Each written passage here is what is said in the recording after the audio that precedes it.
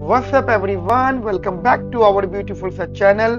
For more related and important videos, please subscribe the channel, click the bell icon and share, comment and like the videos. Let's begin. Yeah. Hey guys, so today's topic is intertemporal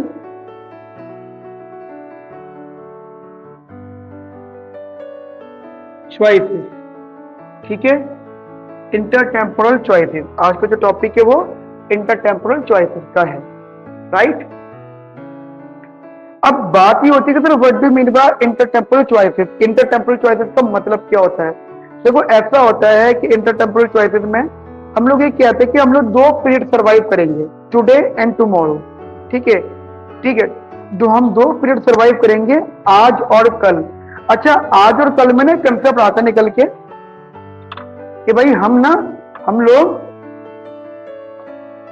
एक तो consume करते हैं और एक income करते हैं। मान लो मैंने बोला, जब समझना कि हम लोग यहाँ पे 2 पीरियड की बात करेंगे। There are total 2 period. ठीक है, मान लो पीरियड 1 और पीरियड 2। ठीक है, दिस इज पीरियड 1 और पीरियड 2, मान लो एग्जाम्पल। ठीक है, और इंटरटेम्पोरल चॉइसेस का मतलब ये होता है कि मोर देन 1 पीरियड होता है और उन मोर देन 1 पीरियड के अंदर हम लोग कंजम्पशन करते हैं, इनकम कमाते हैं। ठीक है, सेविंग्स करते हैं, इन्वेस्टमेंट करते हैं, उधार लेते हैं। ठीक है, ये सारे काम करते हैं हम 2 पीरियड के अंदर। तो हम 2 पीरियड्स मान रहे हैं। वैसे प्रैक्टिकली अगर मैं आपको एग्जाम पॉइंट से समझाऊं तो 3 पीरियड होते हैं लॉजिकली, बचपन, जवानी और बुढ़ापा। ठीक है, 3 पीरियड होते हैं। हम जब छोटे थे, हम जब जवान हुए और जब बुढ़े हो गए। तो अब यंग, ओल्ड और मतलब चाइल्डहुड। ठीक है, इन 3 में से चाइल्डहुड में और ओल्ड में मैंने कुछ नहीं कमाया। ठीक है, मैंने कुछ नहीं कमाया। ठीक है, मैंने जो कमाया वो यंग में कमाया। देखो समझना, मैं बताने में आपको 3 पीरियड की बात कर रहा हूँ, लेकिन करवाने में अभी मैं 2 पीरियड की बात करूंगा। ठीक है, समझाने में 2 पीरियड रहेगा, करवाने में 3 पीरियड रहेगा जब मैं क्वेश्चन डिस्कस करूंगा। ठीक है, अब समझना। तो होता क्या है कि मैं जो पीरियड कमाता नहीं हूं उस पीरियड में बोरो करता हूं। ठीक है, उस पीरियड में बेसिकली बोरो करता हूं। जैसे मैं आपको छोटा सा एग्जांपल देता हूं। मैंने बोला जब मैं छोटा बच्चा था, ठीक है, जब मैं छोटा बच्चा था तो मैं बेसिकली क्या करता था? मैं बेसिकली ये करता था, जो मेरे गार्जियन थे मैं उनसे उधार लेता था, है ना। एक प्रैक्टिकल बात यही होती है, हम उनसे उधार लेते हैं, उनसे उधार लेने के बाद में उनको लौटाते हैं जब हम ऊपर पैसे आने स्टार्ट हो जाते हैं। अच्छा, जब हम ओल्ड एज में आ जाते हैं तो हम लोग क्या करते हैं? कि हम लोग उधार लेते हैं ओल्ड एज में आके? नहीं, हम लोग अपना पुरानी यंग में जो हमने इन्वेस्टमेंट करी थी उनके बेसिस पे हम अपना ओल्ड एज बिताते हैं, राइट। तो ये 2-4 बातें बेसिकली तो हम 2 पीरियड की बात करते हैं। तो पीरियड 1 है, पीरियड 2 है। पीरियड 1 की मेरी मान लो इनकम होगी। ठीक है, इनकम होगी या क्या कहते हैं एंडोमेंट होगी, और पीरियड 2 में भी मेरे एक एंडोमेंट होगी। गाइस ना, इसको मैं एंडोमेंट बोलूंगा। ठीक है, पीरियड 1 में P1 होगा price of what? This is the price of the period 1 commodities या पीरियड 1 थिंग्स। ठीक है, और P2 the price of the second period. ठीक है, ध्यान रखना सेकंड पीरियड का प्राइस है, not the commodity price, it's the second period price. जैसे मैं आपको एग्जांपल दूं, मैंने बोला कि जो M1 है ना, ये एंडोमेंट है मेरे फर्स्ट पीरियड की। तो इनकम कैसे आएगा? जब मैं एंडोमेंट की P1 से मल्टीप्लाई करूंगा। ठीक है, जब मैंने P1 की M1 से मल्टीप्लाई करा, सो this is the income of period 1, income of period 1। ठीक है, देखो जैसे समझाने का कोशिश कर रहा हूं वैसे समझना। What is M1 here? M1 is not income, this is endowment of period 1, endowment. अब ऐसे समझ लो, जैसे मैं 100 रुपए कमाता हूँ पीरियड 1 के अंदर, बट उस 100 रुपए का मुझ पे इम्पैक्ट क्या पड़ रहा है? अब एक बार बताओ, हम जब बहुत छोटे थे या फिर यंग थे, हमने कभी शायद खुद में काम करे थे, कोई ना कोई वर्क करा था और हमें पैसे मिले थे थोड़े बहुत, कभी 1000-2000, कितने खुश हुए थे हम लोग। और at the time of young age वो 1000-2000 बहुत कम होंगे, लेकिन उस टाइमिंग में 1000-2000 की वैल्यू बहुत ज्यादा थी। तो मेरा मतलब समझे तुम लोग, M1 is the income no doubt, पर ये जो P1 है ना, वो उसका रिस्पॉन्स शो कर रहा है। और बेटा वो उसका क्या शो कर रहा है? वो उसका रिस्पॉन्स शो कर रहा है। जल्दी बैठो बेटा, जल्दी बैठो। वो उसका रिस्पॉन्स शो कर रहा है। Similarly P2 M2 second period की इनकम का टोटल रिस्पॉन्स शो कर रहा है, ठीक है, ये टोटल इनकम हो गई।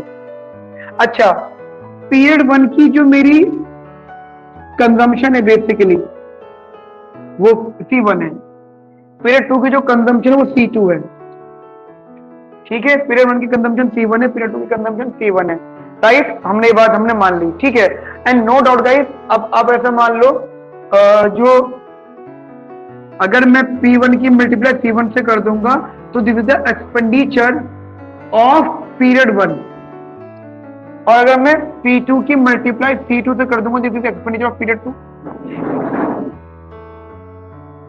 जैसे ये दो बच्चे अभी आए हैं, बेचारे शक्ल उनकी कह रही है कि प्लीज रिपीट कर दो, तो मैं काम कर देता हूँ, मैं रिपीट कर देता हूँ, ठीक है। ये ऑनलाइन वाले बच्चों अब जरा एक बार रिपीट कर देता हूँ, ये बच्चे कुछ ऑफलाइन आए हैं। हाँ, नहीं पानी का टाइम नहीं है जी। हाँ, मैं रिपीट कर रहा हूँ बेटा, ठीक है, रिपीट कर रहा हूँ इन लोगों के लिए थोड़ा सा, वरना ही परेशान हो जाएंगे। बेटा मैं एक बार शॉर्ट में रिपीट कर देता हूँ। एक्चुअली मैं यहाँ पे बात कर रहा हूँ इंटरटेम्परल चॉइसेस की। इंटरटेम्परल जो कंसेप्ट होता है ये हमारे एंट्रेंस पॉइंट से बहुत ज्यादा इंपॉर्टेंट है। अगर आप IISc के पास्ट ईयर्स की बात करोगे तो बहुत बार पूछा हुआ है, नो डाउट, बहुत ज्यादा बार पूछा है इन लोगों ने, ठीक है। DSC ने बहुत बार पूछा हुआ है, JNU ने बहुत बार पूछा हुआ है। इंटरटेम्परल चॉइसेस बेसिकली पीरियड्स की बात करता है, दो पीरियड्स की, पीरियड 1 और पीरियड 2, राइट। पीरियड 1 कौन सा हो गया भाई, आज, टुडे। पीरियड 2 कौन सा हो गया भाई, टुमारो, ठीक है। बस ये दो पीरियड की बात करता है, प्रैक्टिकली दो पीरियड की बात करता है। एक IISc ने क्वेश्चन पूछा था हमसे 3 पीरियड का 2019 में, इसकी मेरी यूट्यूब की वीडियो भी है, समीको क्लासेस के पोर्टल पे जाना, उस पे यूट्यूब चैनल पे जाना, आपको IISc 2019 का पेपर मिलेगा। सबसे पहले मैं सॉल्व करता हूँ यूट्यूब पे पेपर, ठीक है। तो मैंने पूरा पेपर सॉल्व कराया है जिसमें क्वेश्चन करवाया है इंटरटेम्पोरल का 3 पीरियड्स का, ठीक है। आओ बेटा, आज मतलब जब मैं बच्चा था, बड़े जल्दी बैठो, मैंने अभी शुरू करा है। जब मैं छोटा बच्चा था, ठीक है ना, फिर मैं बड़ा हो गया, यंग हो गया, फिर मैं ओल्ड एज में चला गया। तो जब मैं छोटा था तो मेरी इनकम नहीं हुआ करती थी, ठीक है, और ना ही मेरे को पिछले जन्म की इन्वेस्टमेंट थी, ये भी नहीं था।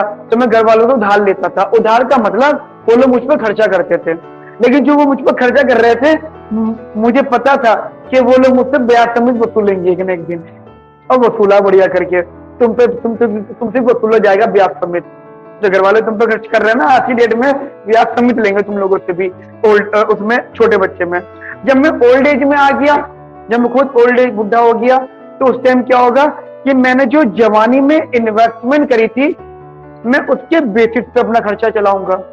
अच्छा ये बात बताओ, छोटी सी बात बताओ, जब मैं छोटा था क्या मेरे पास कभी पुरानी इन्वेस्टमेंट आ सकती थी कोई? क्योंकि मैं तो ऑलरेडी, मेरा इनिशियल फर्स्ट स्टेप बचपना था, पुराने जन्म की इन्वेस्टमेंट तो आ नहीं सकती थी, तो पॉसिबल नहीं है। जैसे पुराने जन्म की इन्वेस्टमेंट मेरे बचपन में नहीं आ सकती थी, ऐसी मेरी ओल्ड एज, बुढ़ा होते मैं इन्वेस्टमेंट नहीं करूंगा, मैं बोरोइंग्स नहीं करूंगा। मैं मान लो एक एज है, जैसे वो कहते हैं ना आप ओल्ड एज में आ चुके हैं, देन आपको ओल्ड एज में आपकी इनकम नहीं है, आप बोरो ही नहीं कर सकते। क्यों नहीं कर सकते? लोन नहीं देखते हैं, पे कब करोगे? भरोसे नहीं जिंदगी का, पे कब करोगे? तो डिसीजन कब लेने हैं मुझे? पीरियड 1 वो पीरियड 2 में, जब मैं यंग में हूं, ठीक है, जब मैं कमा रहा हूं, ठीक है। और पीरियड मतलब जब मैं कमा रहा हूं, जब इनिशियल लेवल उसकी बात कर रहा हूं, ठीक है। बात समझ में आ गई? अभी मैं वो 3 लेवल बात नहीं कर रहा, परेशान नहीं कर रहा तुम लोगों को, आसान लेके चलता हूँ। इंटरटेम्पोरल में मैं आपको ऐसा समझा रहा हूं, सिर्फ 2 पीरियड्स होते हैं, पीरियड 1 और पीरियड 2, ठीक है। पीरियड 1 और पीरियड 2,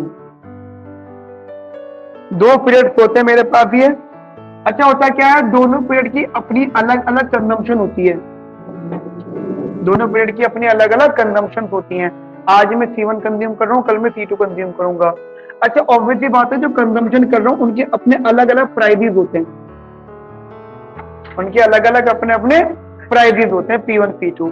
यानी इसका मतलब ये हो गया कि अगर मेरा C1 का मल्टीप्लाई P1 से कर दूंगा तो this is expenditure of period 1, expenditure on consumption of period 1, ठीक है। सिमिलरली P2 की मल्टीप्लाई P2 से कर दूंगा तो ये एक्सपेंडिचर बन जाएगा P2 का, ठीक है। सिमिलरली मेरे पास ना देखो एक एंडोमेंट होती है, मैं अगेन एंडोमेंट में इंपॉर्टेंस दूंगा। एंडोमेंट होती है जैसे हम लोग बोलते हैं M1। M1 is not the income, M1 is the endowment. ठीक है। अच्छा, एंडोमेंट से इनकम कब बनती है? ये अपनी एंडोमेंट का मैं मल्टीप्लाई प्राइवेट से करता हूँ। ठीक है, तो मैंने क्या करा, M1 का मल्टीप्लाई P1 से कर दिया, तो अभी मेरी इनकम ऑफ पीरियड 1 बन गई। ठीक है, M1 इज द एंडोमेंट, लिखना चाहो तो लिख सकते हो, और P2 into M2 is the income of period 2, और M2 जो मेरी एंडोमेंट है, M1 जो मेरी एंडोमेंट है। देखो समझना, मैं आपको जिस तरीके से समझाना चाहता हूँ, मैं P1 P2 को थोड़ा बहुत बदल दूंगा, थोड़ा बहुत चेंज कर दूंगा। ठीक है, अब एक चीज समझना आप लोग मेरे साथ में। देखो, ये मेरा P1 C1, ये मेरा खर्चा, ये मेरा P2 C2, ये मेरा P1 M1, ये मेरी इनकम, ये पीरियड 1 का खर्चा है, मेरे पीरियड 1 की इनकम। अगर मैं इन दोनों का डिफरेंस कर दूं तो यहां से कुछ रिजल्ट निकल के आएगा, या तो ये पॉजिटिव होगा या ये नेगेटिव होगा। मान लो अगर ये पॉजिटिव है तो P1 C1 is more than P1 M1, यानी कि मेरा खर्चा मेरी इनकम से ज्यादा है। ठीक है, जो मेरा खर्चा मेरी इनकम से ज्यादा है, इसका मतलब इस सिचुएशन में मैं कौन हूं? I am a net borrower. मैं बोरो करूंगा, मतलब मैं लोन लूंगा। मतलब मैं आपको बता देता हूँ छोटा सा पॉइंट, हम लोग जब इनिशियल स्टेज में होते हैं, जब हमारी जब जॉब लगती है, तो हम कार भी लेते हैं, हम प्रॉपर्टी भी लेते हैं, हम ये भी लेते हैं, वो भी लेते हैं, और नॉर्मली किस्तों पर लेते हैं जनरली। ठीक है, और मैं मान सकता हूँ एक नॉर्मली बिजनेसमैन हमेशा 90% चीजें EMI पर लेते हैं, क्योंकि उससे फर्क क्या पड़ता है, हल्के हल्के पेमेंट होती रहती है और एकदम से बहुत बड़ी चीज आ जाती है। जैसे मान लो कितने 1 करोड़ का लोन लिया, तो 1 करोड़ का लोन तो ले लिया, पे वो 20 साल में करेगा, बस वो 1 करोड़ की चीज वो आज ही आ जाएगी उसके पास एकदम से। राइट, क्यों? अब एक बात बताओ, मान लो किसी को घर चाहिए, अब घर है 8.25 करोड़, 1.5 करोड़, 2 करोड़ का। अब हम तो यंग एज के लोग हैं, आप हो, मैं हूं, कोई भी हो, या तो हम लोग एकदम से इतना अमाउंट कहां से लेकर आए? हम लोग लोन ले लेंगे और आराम से पे करते रहेंगे। उसके बेसिस पे हम लोग इंटरेस्ट, उसके बेसिस पे हम लोग क्या पे करेंगे? हाँ, मेरे मुंह से बात निकली जो मैं पूछना चाहता था, इंटरेस्ट रेट पे करेंगे, इंटरेस्ट रेट हम लोग पे करेंगे। तो मतलब यहाँ पे interest rate plays a very important role. अच्छा, साथ साथ क्या होगा, अगर इंटरेस्ट रेट ज्यादा होगा, जैसे एग्जांपल मैं आपको देता हूँ कि मुझे एक बार कॉल आया। अच्छा, एक चीज मैं आपको बताता हूँ, जो लोग बैंक में काम करते हैं ना, उन लोगों को जो रेट ऑफ इंटरेस्ट मिलता है, मतलब देना पड़ता है लोन पर, वो 2-3% होता है। 2-3 बहुत कम होता है, बहुत कम होता है। वही अगर आउटसाइडर हो तो 7-8% होता है। वो तो कोरोना टाइमिंग में इंटरेस्ट रेट कम कर दिया था बैंकों ने, अदर वो 9-10 की रेंज में चल रहा है। ठीक है, और जो कंपनी की उसके बैंक की होती है, उनका इंटरेस्ट कम होता है। तो मेरे बाप बताओ, तो जिसको ऑफर मिल रहा है कम इंटरेस्ट रेट का, वो ज्यादा लोन लेगा, और जिसको ज्यादा मिल रहा है और वो ज्यादा इंटरेस्ट, वो कम। मतलब interest rate plays a very important role here, कम ज्यादा होता रहेगा, नो डाउट। ठीक है, तो यहाँ पे पहली बात तो मैं बोरोवर बन जाऊंगा। ठीक है, at the rate of interest rate, interest rate के बेसिस पर बोरोवर बनूंगा, कितना मुझे यहाँ पे बेसिकली बोरो करना है। या फिर अगर P1 C1 minus P1 M1 less than हो जाएगा 0 से, इसका मतलब P1 C1 less than P1 M1, it mean मैं कौन हूं? Who am I hear? मैं नेट सेवर, यानी मैं इन्वेस्ट करता हूं और मुझे उसके रिटर्न में क्या मिलता है? Interest income. अच्छा, एक बच्चे ने क्वेश्चन पूछा मेरे से,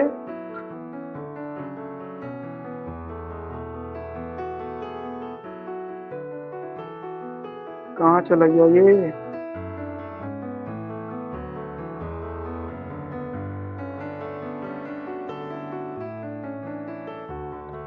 एक क्वेश्चन पूछा, एक बच्चे ने क्वेश्चन पूछा, मैं बता देता हूँ उसको।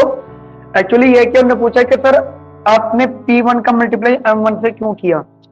क्यों किया आपने? देखो सुनो, मैं ऐसा मानता हूँ, मेरा एक पॉइंट है कि जो M1 M2 होता है वो एंडोमेंट होते हैं, मेरा एक मानना है। ठीक है, और फिर जो M1 M2 होता है, जो P1 P2 होता है, वो उस एंडोमेंट का प्राइस होता है। प्राइस का मतलब ही हमेशा वो नहीं होता, वो जब प्राइस मानते हैं तो वो XY का, ये वो प्राइस नहीं है, ये वो प्राइस नहीं है, ये है रिस्पॉन्स। ये साथी, ठीक है, ये कोफिशिएंट, ठीक है। जैसे मैं आपको छोटा सा एग्जांपल देता हूँ, मैंने अभी एग्जांपल दिया तो मैं दोबारा एग्जांपल देता हूँ। मान लो मैं ये कहता हूँ कि जब हम छोटे थे, है ना, और जब हम छोटे थे, जैसे हमने कभी ना कभी कुछ कमा लिया, ट्यूशन पढ़ा लिया, कुछ कर लिया, है ना, कुछ भी कर लिया, तो हमारे पास कुछ पैसे आ जाया करते थे, 1000 2000 कुछ आ गए, है ना, हम कितना खुश होते थे। या आज की डेट में आप लोग अभी पढ़ रहे हो, अभी आप एक पार्ट टाइम कर लो, पार्ट टाइम से थोड़ा बहुत मिल जाए तो कितना एक फीलिंग आएगी। तो क्या होगा, वो 1000 2000 का जो कोफिशिएंट है ना, वो बहुत हाई है, वो बहुत हाई है, उससे बहुत अमीर हो जाओगे ऑटोमेटिकली, क्योंकि P1 is more responsive, right. वही 1000 2000 की बात करूं आपकी उस स्टेज पे जब आपके लिए चुटकियों की बात हो, ऐसा काम करना और कमाना, तो वो 2000 बहुत इंपॉर्टेंट नहीं करता, ठीक है। मेरी बात समझ में आ गई? यानी जब हमारी जॉब लगती है तो हमारे जो प्लेसमेंट होता है तो वो बहुत ज्यादा रिस्पॉन्सिव होता है, लेकिन आफ्टर सम ईयर्स वो प्लेसमेंट अमाउंट हमें कम लगने लग जाता है, तो उसका रिस्पॉन्स कम होने लग जाता है। तो P1 P2 ये होता है, this is not the price of the good action Y, right. एक बात होगी। अच्छा, दूसरी बात फ्रेंड्स मेरी ये है कि यहाँ पे मेरे को डिसीजन, बेसिकली मैं बोरोवर हूं या सेवर हूं, ये डिसीजन मैंने यहाँ पे लिए हैं। क्या अब मैं, जैसे मैंने उसको भरा, क्या याली बात में इधर करूं, अगर P2 C2 is more than P2 M2, अगर ज्यादा है, यानी P2 C2 is more than P2 M2, तो मैं कौन हूं यहाँ पे, नेट बोरोवर और नेट सेवर। मैं कौन हो गया यहाँ पे, नेट बोरोवर, यानी मैं सेकंड स्टेज हूं। अच्छा, ये बात कंफर्म है कि मैं सिर्फ 2 ही टाइम सर्वाइव कर रहा हूं, आज और कल, 2 ही दिन जीऊंगा बस, ठीक है। हसरा, अच्छा मतलब टुडे एंड टुमारो, आज और कल, ठीक है। आपने बोला नेट बोरोवर, एक बात बताओ मैडम, ये मेरा यंग एज है इनिशियल वाला, ये मेरा लास्ट स्टेज है, this is my last stage, ठीक है। 2 ही पीरियड तो जी रहा हूं मैं, आज और कल, ठीक है। तो अंदर बताओ, अगर मैं नेट बोरोवर बन जाता हूं, अगर मैं नेट बोरोवर बन जाता हूं तो पे कब करूंगा, अगले जन्म में? नहीं ना। तो इस बात का मतलब है फ्रेंड, इस बात का मीनिंग है कि डिसीजन कुछ भी यहाँ नहीं होगा। You never take any decision in the period number 2, आप कभी भी डिसीजन पीरियड नंबर 2 में नहीं ले सकते। जो भी डिसीजन होगा कहाँ होगा फ्रेंड्स, वो इन पीरियड नंबर 1। पीरियड 2 में इसका रिस्पॉन्स होगा क्या, अगर आप बोरोवर थे तो पीरियड 2 में आप उसकी पेमेंट करोगे, ठीक है। और अगर आप फेवर थे तो आप फिर पीरियड नंबर 2 में उसकी इनकम का बेनिफिट लोगे, राइट। तो यू आर बेसिकली डिसाइड, आपको डिसाइड पीरियड 1 में ही करना है, ठीक है। यहां तक मेरी बात आपको समझ में आ गई फ्रेंड्स, अच्छे से, बढ़िया से। चलो जी, आगे बात करता हूं मैं। यहाँ पर मैं तरफ कर दूं। अच्छा, मैं साथ साथ ये पे डायग्राम बना देता हूं आप लोगों के लिए, ये पे डायग्राम बना रहा हूं, ध्यान रखना एक्सिस पर, this is C1, this is C2, this is my, अच्छा मैं गलत बना रहा हूँ, अभी नहीं बनाना, पहले बजट कॉन्सेप्ट सिखा दूं गाइस, ये पहले कर लो, फिर मुझे बजट कॉन्सेप्ट सिखाना है आपको। हाँ, फेवर और borrower, net borrower net favour. यार आपके पास पैसा ज्यादा है, खर्चा कम है, तो बचाओगे ना पॉकेट में। हाँ, अच्छा, दूसरी बात क्या होगी, एक रैशनल एजेंट होने के नाते तुम अपनी पॉकेट में नहीं बचाओगे, तुम उसको इन्वेस्ट करोगे। बैंक में जमा करने का ऑल्सो इन्वेस्टमेंट, जहां से आपको कुछ रिटर्न मिले, ठीक है। चलिए जी, अब समझना यहाँ पे ध्यान से, जो मैं अगली बात करने वाला हूँ वो बहुत इंपॉर्टेंट है, वो बहुत ज्यादा इंपॉर्टेंट है। तो गाइस यहाँ पे ना 2 पॉइंट्स हम लोग मान के चलेंगे, देयर आर 2 थिंग्स। पहले मैंने भी बात कर लेता हूँ डेरिवेशन ऑफ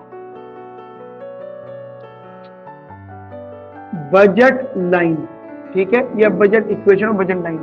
देखो ऐसा होता है, हम लोग ना यहाँ पर जैसे कि नॉर्मल सी बात है, हम लोग आज को नहीं जी रहे, हम कल के बेसिस पे चल रहे हैं, प्रैक्टिकल है। क्या सोचते हो, ये बात तुम्हें पता लगी है बस ये बात तुमसे बोलो बहुत पता लग चुकी है, और कई 100 साल पहले पता लग चुकी है। इसका मतलब क्या है कि अगर हम लोग कभी कंजम्पशन निकालेंगे तो शुरुआत हमें अगले पीरियड से करनी है, टुमारो से करनी है, यानी कल क्या होगा, आज नहीं कल क्या होगा। यानी जो मेरी बेसिकली डेरिवेशन बजट लाइन है, बेसिकली वो क्या होगी, the consumption of period 2, no doubt price भी लगा दूं तो expenditure of period 2 which is no doubt less than और equal to what whole income source, जितनी भी मेरे पास पॉसिबल इनकम है, मतलब जो कल का खर्चा है ना वो टोटल सब चीजों पे डिपेंड कर रहा है। अब देखो वो किस किस चीजों पे वो डिपेंड बेसिकली करेगा। एक तो डिपेंड करेगा कल की इनकम पर, मतलब कल की एंडोमेंट, कल मेरे पास में क्या एंडोमेंट थी और उस एंडोमेंट का क्या रिस्पॉन्स था मेरे पास, ठीक है। वो इनकम आप मान के चल सकते हो। एंडोमेंट यानी आप भी मान के चलो मेरे पास जैसे एग्जांपल प्रॉपर्टी है, कल को प्रॉपर्टी है, मैं जिसके बेसिस पे चौड़ खा रहा हूँ कि जी हाँ ये चौड़ है मेरी प्रॉपर्टी है, तो कल को वो property the endowment, price of the property the response, what ever the price वो फिर रिस्पॉन्स होगा, ठीक है। प्लस और क्या होगा जी, ये होगा जी बेसिकली आज की सेविंग, यानी अगर मैं कल की कंजम्पशन की बात करूं तो कल की इनकम पर डिपेंड करेगी और आज की सेविंग पर डिपेंड करेगी। और आज में सेविंग क्या है, देखो मैं मान के चल रहा हूं मैं सेव कर रहा हूं, तो मेरी P1 M1 minus P1 C1, what it P1 M1 minus P1 C1, ठीक है। ये मेरी क्या है सेविंग। प्लस और किस चीज पर डिपेंड करेगी जी, इंटरेस्ट इनकम से। अगर मैं सेविंग कर रहा हूं तो इन्वेस्ट कर रहा हूं, और इन्वेस्ट कर रहा हूं तो मैं इंटरेस्ट गेन कर रहा हूं, ठीक है। तो जितना मेरा अमाउंट है M1 P1 माइनस का P1 C1 into rate of interest, ठीक है, इंटू रेट ऑफ इंटरेस्ट, ठीक है। चलो थोड़ा बहुत सिंप्लीफाई कर लूं मैं चीजों को, जैसे हम समझाने चाहते हूं वैसे समझना गाइस। देखिए जी P2 C2 less than equal to P2 M2 plus P1 M1 P1 C1 plus का P1 M1 R P1 C1 R, ठीक है, ठीक है जी। P2 C2 लेस देन और इक्वल टू P2 M2, ठीक है, plus P1 M1 bracket 1 plus R minus P1 C1 bracket 1, एक minute, अगर मैंने माइनस बार कॉमन ले लिया तो ये 1 प्लस R हो गया, ठीक है, ठीक है जी। Similarly P2 C2 less than और इक्वल टू P2 M2, मैंने क्या करा 1 प्लस R कॉमन ले लिया तो यहाँ के बचा P1 M1 माइनस का C1 P1, राइट, ठीक है। उसके बाद सबको मैं मतलब कंजम्पशन वाली चीज को मैं यहाँ ले आया। अच्छा मैं एक चीज क्लियर कर देता हूँ आप लोगों को, मेरे को वैसे यहाँ क्लियर, मुझे ये नहीं लिखना था, ये नहीं लिखना है, क्यों। अब मैं क्या कर रहा हूँ कंजम्पशन वाली चीज को यहाँ उठा के लेकर आ रहा हूँ, ठीक है। ये P2 C2 ये रहा और कंजम्पशन वाली चीज को मैं यहाँ उठा के लिया तो it becomes P1 C1 1 plus का R plus which is less than और इक्वल टू P2 M2, ये इसको और ऐसे कर लो P1 M1 1 प्लस का R एंड प्लस का P2 M2, ठीक है जी। So this is work, this is my actual budget constraint. अब आप ऐसे समझना, this is basically consumption C1 C2, ठीक है, और ये इनके कोएफिशिएंट, इनके coefficient, this is M1 M2, इनके कोएफिशिएंट, ये इनके कोएफिशिएंट, ठीक है। अगर आप बात करो कि भाई एक्चुअल बजट कंस्ट्रेंट क्या होता है तो वो ये होता है एक्चुअल बजट कंस्ट्रेंट, ठीक है, एक्चुअल बजट कंस्ट्रेंट। यानी इसका मतलब ये हो गया, इसका मतलब ये हो गया, अगर मैं डायग्रामेटिकली बात भी करता हूं तो this is C1, this is C2, इसको आप कंपेयर करो, इसको आप कंपेयर करो इससे। एग्जांपल ये मतलब आप ऐसा देखना कि C1 is X, C2 is Y, ठीक है, C1 is X, C2 is Y, ठीक है। तो क्या पॉइंट रखेंगे, जो C1 है वो X एक्सिस पे आएगा, C2 जो Y एक्सिस पे आएगा।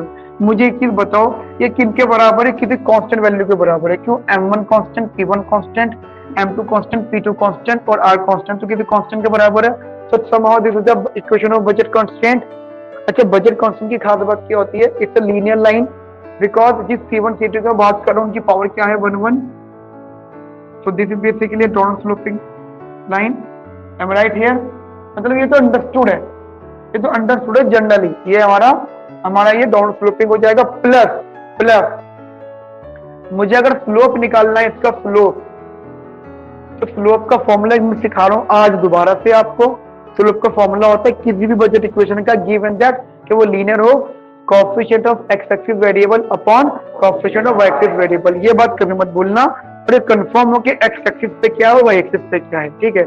इसके हिसाब से अगर आप देखते हो तो coefficient of X axis variable, ठीक है, upon coefficient of Y axis variable, ठीक है, upon coefficient of Y axis variable, ठीक है। देखने में क्या लग रहा है, दिस इज P1 1 प्लस का R अपॉन क्या होगा जी, P2, तो दिस इज द स्लोप,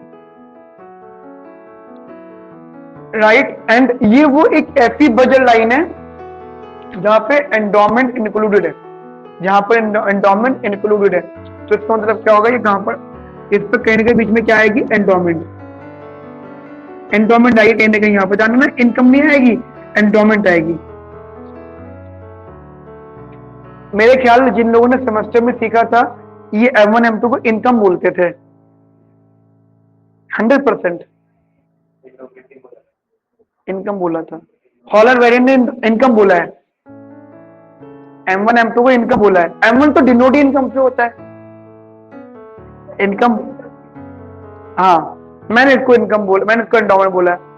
देखो दिस इज इकोनॉमिक्स, जब तक आप इकोनॉमिक्स को के डेप्थ में नहीं जाओगे तब तक नहीं समझोगे। समझो इस बात को मैं क्या कहना चाहता हूँ। देखो M1 M2 एंडोमेंट होती है, प्रॉपर्टी मान लो, वेल्थ, वो कोई एसेट मान लो, तो उसका प्राइस वेरी करेगा दोनों पीरियड में, उससे जो जनरेट होगी वो मेरी इनकम होगी, ठीक है, वो चीज। अच्छा, दिस इज बेसिकली मेरा एंडोमेंट पॉइंट। अब चलो एक पॉइंट, एक बात मेरी यहाँ पे आ गई, ठीक है, यहाँ पे M1 M2 बेसिकली आ गया। चलो जी मैं आगे बात करूँ, इतनी बात समझ में आती है। अब जो यहाँ से ना दो बात निकल के आएंगी, एक बेसिकली हम दो केस बना के चलेंगे यहाँ पर। जैसे मैंने आपसे बोला कि भाई M1 M2 is the endowment value, इसके बेसिस में अपनी इनकम निकाल लो, तो देखो दो बातें निकल के डेफिनेटली आएंगी, इन्फ्लेशन और नॉट इन्फ्लेशन। या तो मार्केट में इन्फ्लेशन हो सकता है या मार्केट में इन्फ्लेशन नहीं हो सकता। इतनी बात समझ में आती है आप लोगों को। अब जरा समझना, मैं यहाँ पे दो केस बनाता हूँ और अभी तक सिर्फ बजट कंस्ट्रेंट का डिस्कशन चलेगा, अभी भी बजट कंस्ट्रेंट चल रहा है। यहाँ तक मेरी बात समझ में आ गई कि मैं ऊपर का कंसेप्ट कर रहा हूँ। अब केस नंबर 1 बना रहा हूँ। अब मैं क्यों ऐसा कर रहा हूँ, क्योंकि मेरी बजट कांस्टेंट में P1 P2 का पार्ट है, and this P1 P2 is the market prices, and market prices किस चीज के, जिनको मैं एसेट मान रहा हूँ, ठीक है। तो यहाँ पे दो केस बनेंगे। केस नंबर 1 मैंने बोला नो इन्फ्लेशन, ठीक है, मैंने बोला जी नो इन्फ्लेशन। नो इन्फ्लेशन का मतलब होता है कि जिसके बेसिस पे मैं अपनी इनकम जनरेट कर रहा था, ठीक है, और जिसके बेसिस पे मैं अपनी कंजम्पशन अफेक्ट कर रहा था, वो price, that is P1 equals to P2। No inflation का मतलब हो जाएगा कि जो कल प्राइस था वही आज प्राइस है। अच्छा, आसान करने के लिए मैं काम करता हूँ 1 मान लेता हूँ, आसान करने के लिए तो मैं मान लेता हूँ, जो कि हम असम्पशन लेके चलते हैं, ठीक है। अगेन मैं P1 को 1 नहीं मान रहा, मैं P2 को 1 मान रहा हूँ, क्योंकि P2 कंपोजिट गुड्स की बात हो रही होती है, इसलिए उसके बेसिस पे P1 भी हमारा 1 हो जाएगा, राइट। अब अगर इस इंफॉर्मेशन को मैं यहाँ पुट कर दूं, मान लो मैंने इसको यहाँ पुट कर दिया, क्या थी, P1 और 1 प्लस का R plus P2 less than और equals to M1 P1 1 plus का R प्लस M2 P2, और मैंने ये वैल्यू ध्यान रख दी, तो ये क्या बन जाएगा, इट इज P1 1 प्लस का R plus P2 and less than और इक्वल्स टू M1 1 प्लस का R एंड प्लस का M2। आपने जो बुक में पढ़ी है हॉलर वेरिएंट में, जिन लोगों ने जो इकोनॉमिक्स ऑनर्स वाले होते हैं, आपने ये पढ़ी है डायरेक्टली, आपको डायरेक्टली यही दे रखी होती है, ठीक है, आपने भी, लेकिन वो आई ऐसे जैसे मैं कर रहा हूँ, इस मतलब वे में आई है, ये घूम फिर के आई है, बहुत सारी जगहों से मिलकर आई है लोगों को, है ना, ऐसे नाउ। अच्छा, अब मैं सिर्फ स्लोप की बात करता हूँ, तो इट बिकम्स ओनली 1 प्लस का R and this is never be less than 1, ये कभी भी एक से कम, हाँ बोलो, है, अभी मैं बताऊंगा जो केस नंबर 2 जब आएगा, केस नंबर 2 पे आएगा। ये सिंपली बजट लाइन के मतलब मल्टीपल वेरिएशन हैं। बजट लाइन कैसे कैसे चेंज हो सकती है, और इंटर टेम्पोरल बहुत इंपॉर्टेंट क्वेश्चन है, तो इसके बारे में इसलिए मैं हर कोई चीज डिस्कस करूंगा। ठीक है, नाउ केस नंबर 2, इन्फ्लेशन। मान लो इन्फ्लेशन इकोनॉमी के अंदर है। अगर इन्फ्लेशन है तो इसका मतलब क्या है? इसका मतलब है कि जो P2 है ना, जो P2 है विच इज, जैसे एग्जांपल P2 को क्या मान, मतलब मैंने P2 P1 को इक्वल मान के P1 को 1 मान लिया था, है ना, ऐसे मान लेता हूं। तो मैं बोलूं जो P2 है ना वो P1 से कुछ ज्यादा है। P2 जो है वो P1 से कुछ ज्यादा है, और वो कितना ज्यादा है? वो कुछ 5% ज्यादा है। तो कितना ज्यादा है? वो कुछ 5% ज्यादा है। हाँ, मतलब मैंने बोला अगर ये नहीं होता तो it's P2 = P1 no inflation. But inflation का मतलब क्या होता है कि जो कल का प्राइस है ना वो आज वाले प्राइस से थोड़ा सा ज्यादा है ना। आज ये पेन 20 रुपए का, कल 15 रुपए का आता था, तो 5 रुपीज इज द पाई। ठीक है, अच्छा इसको मैंने 1 माना हुआ था, तो इट्स 1 प्लस का पाई। ठीक है, नाउ इसको मैं पुट कर दूं यहां पर, अगर तो क्या बन जाएगा? ये P1 की जगह मैंने रखा 1, तो ये आया 1 प्लस C1 1 प्लस का R प्लस 1 प्लस का pi into C2 less than और equals to M1 into 1 plus का R प्लस M2 1 प्लस का पाई। ठीक है, नाउ अगर मैं अब इसको डिवाइड कर दूं, देखो ऐसा होता है फ्रेंड्स, मैं आपको बता देता हूं जनरली अगर आपको चीजें सीखनी है, क्योंकि C2 क्या है? C2 मेरा y एक्सिस का वेरिएबल है। C2 मेरा y एक्सिस का वेरिएबल है, और y एक्सिस के वेरिएबल का मतलब हम y के वेरिएबल का जो कोफिशिएंट है वो क्या एज्यूम करना पसंद करते हैं? मैं करूँ पसंद करते हैं 1।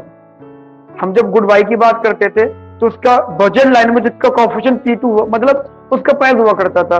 अब जब हमें मौका मिलता था हम लोग क्या मानते थे? उसको 1। सो जनरली हमें इसका कोफिशिएंट 1 करना है, और वो 1 कब होगा? जब मैं इसको 1 प्लस पाई से डिवाइड कर दूंगा, और मेरी मजबूरी मुझे सब जगह डिवाइड करना पड़ेगा।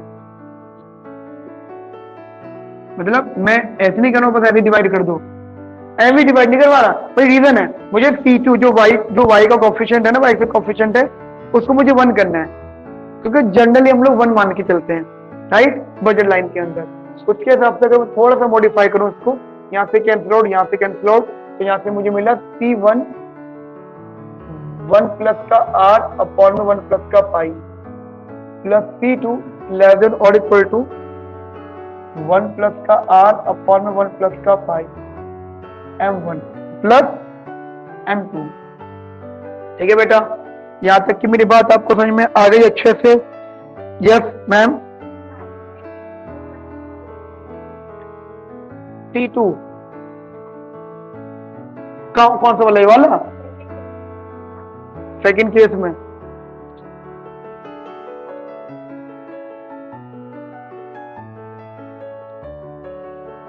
हाँ, क्या कह रहे हो? सेकंड केस में P2 को क्या कहना चाह रहे हो? 1 नहीं लिया, चलो मैंने मान लिया P2 को मैं 1 ले लेता हूं, क्योंकि P1 को मैंने 1 ले रखा है। दिमाग लगाना, P2 को मैं 1 ले लेता हूं, इसका तो इन्फ्लेशन तो आया नहीं। इन्फ्लेशन का मतलब क्या होता है जनरल लेवल पे? P2 is something which is more than P1, तो समथिंग वैल्यू ज्यादा आ रही है, इसलिए मैंने यहाँ पे P1 में, एक्चुअली 1 नहीं है, P1, इट्स P1। वो मैंने आसान करने के लिए P1 को 1 मान लिया था। ठीक है, इस वजह से। ठीक है भाई, अब फ्रेंड्स मैं आपको एक बात बताना चाहता हूँ, आपके सामने ये आई है टर्म 1 प्लस का R अपॉन 1 प्लस का पाई। एक्चुअली ये पाई जो है वो इन्फ्लेशन को रिप्रेजेंट कर रहा है ना। ये जो पाई है ये आपको बेसिकली इन्फ्लेशन को रिप्रेजेंट कर रहा है। अब एक बात दिमाग में रखना आप लोग सारे के सारे, इन्फ्लेशन, ये जो इन्फ्लेशन होता है ना, it is basically close to 0। Just we assume that एक इकोनॉमिक्स टाइम जिनका नाम था फिशर, और आप लोगों के बारे में सुना होगा फिशर इफेक्ट, अगर आपने पढ़ा है उनके बारे में, फिशर इफेक्ट के बारे में।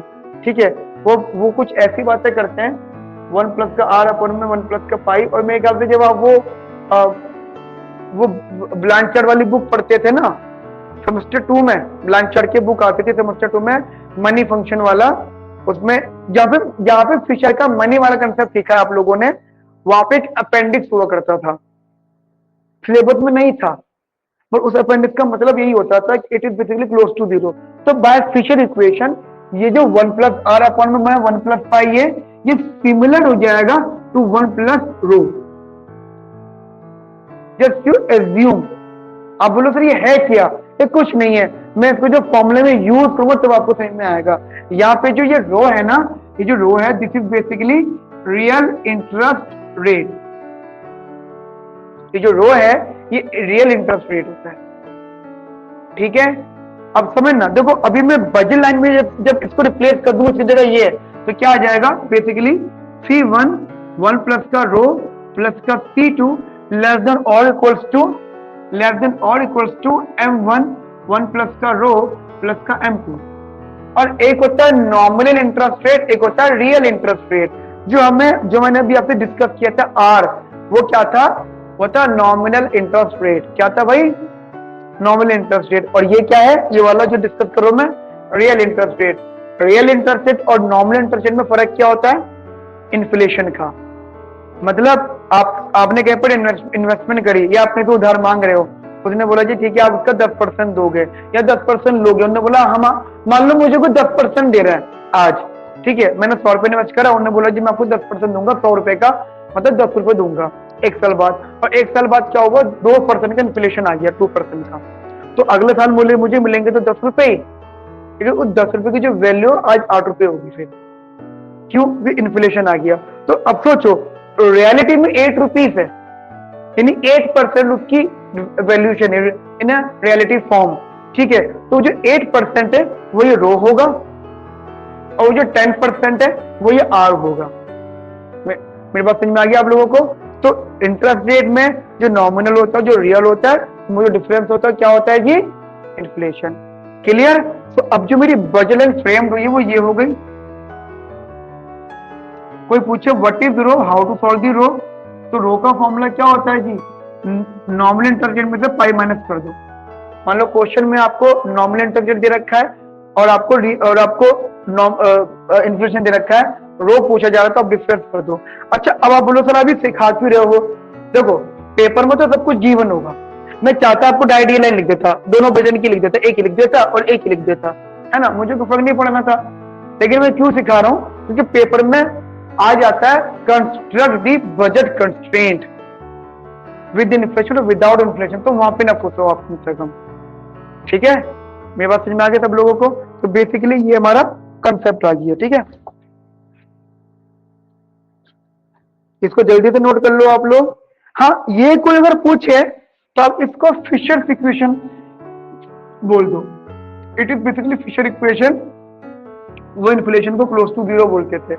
सो if the inflation close to zero, तो जो डिनोमिनेटर में रहेगा वो क्लोज टू 1 हो जाएगा, और क्लोज टू 1 कहने का सिमिलर होता है मतलब न्यूमरेटर की वैल्यू पर। ये कुछ इस तरीके से सॉल्व कर आके, ठीक है, वो सॉल्व कर आके बात कर रहा हूं मैं यहाँ पे।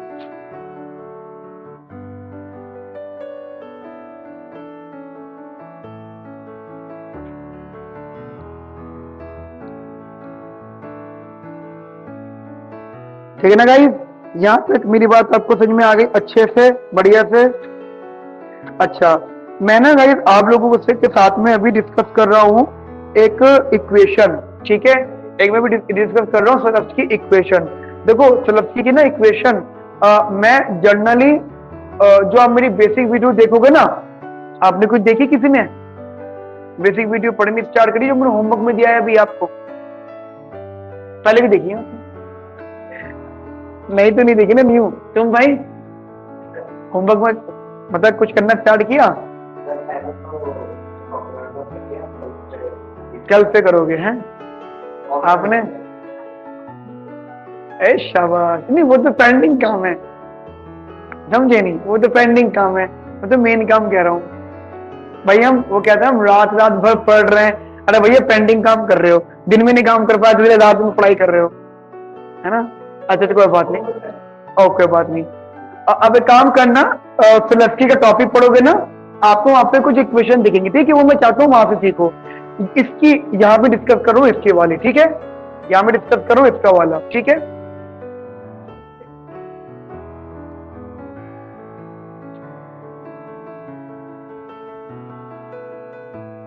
जल्दी बेटा जल्दी नोट करो।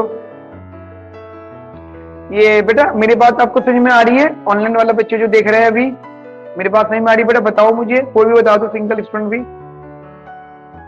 ऑनलाइन वाले बच्चे जो भी लाइव देख रहे हैं वीडियो को, मेरी बात समझ में आ रही है बेटा आपको?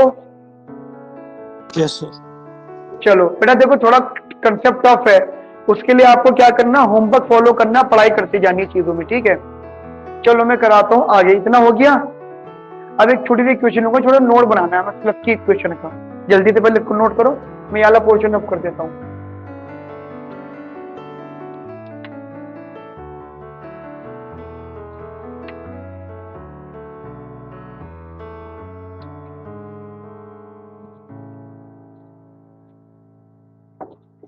नोट है जी फिलिप्स की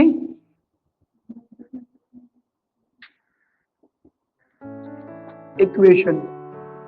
देखो ऐसा होगा फ्रेंड्स, मैं आपको जर्नली लेवल पे बता देता हूँ, आपको चीजें याद रहे बस, ठीक है। जर्नल लेवल पे मैं आपको बता देता हूँ। देखो ये तो बात आपको सबको पता है कि जो प्राइस इफेक्ट होता है, जिसे हम कभी कभी टोटल इफेक्ट के नाम से भी जानते हैं, टोटल इफेक्ट के नाम से भी जानते हैं हम लोग, ठीक है, वो होता है substitution effect plus income effect. ये बात सब लोग जानते हैं, इतनी सी बात होती है बस, है ना।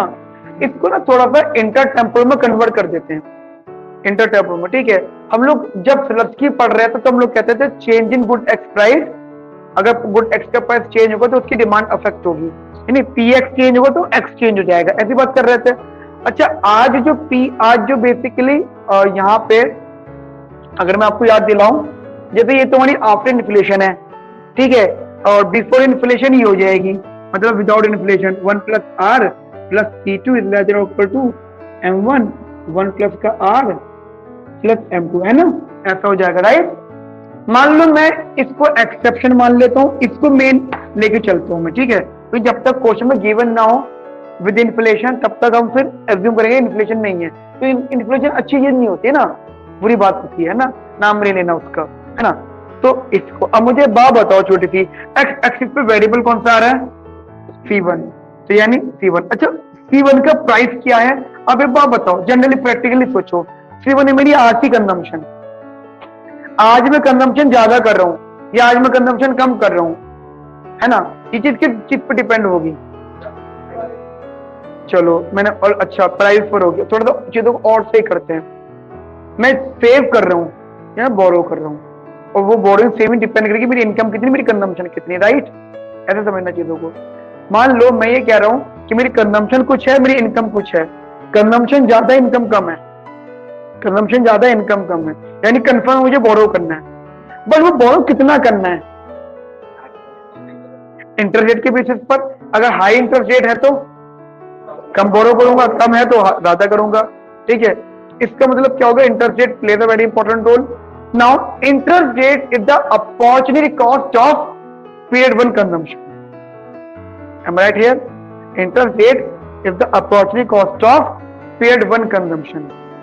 कोई बहुत बड़ा वो निंजा टेक्निक नहीं है इसमें कोई भी, ये सिंपली नहीं, ऑब्वियसली बात, not a Ninja technique, it's simply a P1 good x का प्राइस, जैसे P1 opportunity cost of good x होती है, अगर आप एक्स को कंज्यूम कर रहे हो तो उसके लिए P1 पे कर रहे हो, सो this is the opportunity cost of good x. Similarly इसकी बात हो रही है, ठीक है। तो इसका मतलब क्या होगा? एक तो आर अगर चेंज होगा तो C1 अफेक्ट होगा, एक बात सही में आ गई, एक बात। दूसरी बात, मेरे हर डिसीजन कब होंगे? पीरियड 1 में, पीरियड 2 में, तो इसके अंदर फिलिप्स की इक्वेशन अगर अप्लाई होती है पीरियड 1 पीरियड 2 पीरियड 1 में, ठीक है। तो दिमाग में बिठा के रखना, ये वाली बात है, भूलना मत, ठीक है। अब मैंने बोला friends change in interest rate, obviously बात है इंटरेस्ट रेट में चेंजेस आ रहे हैं, ठीक है। तो प्रैक्टिकल अगर मैं बात करूं तो दो इफेक्ट निकल के आएंगे, एक सब्स्टिट्यूशन इफेक्ट और एक इनकम इफेक्ट, ठीक है।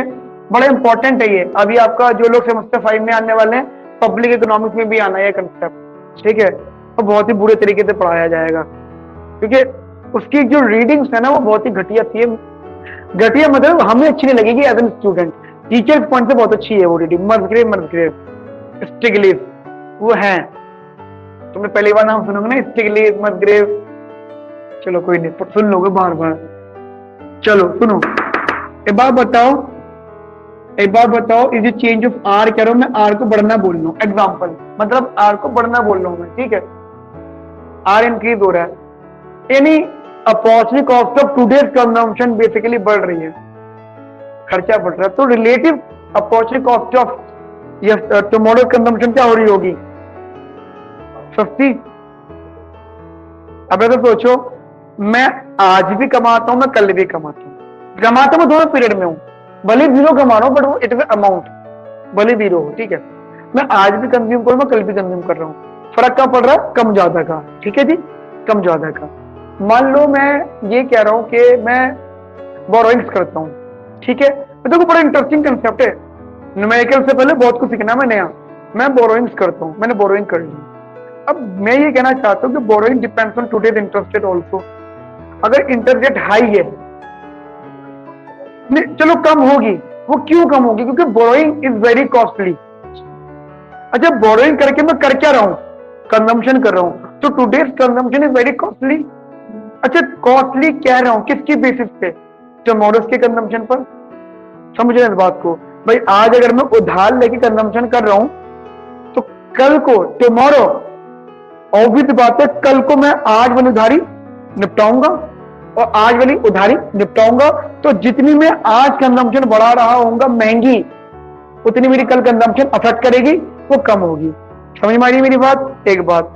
दूसरी बात यह कि जितनी भी कॉस्टली चीजें मैं आज कंज्यूम कर रहा हूं और उसके बीच में उधार ले रहा हूं, उसका इफेक्ट कल की कंजम्पशन में पड़ेगा, ठीक है।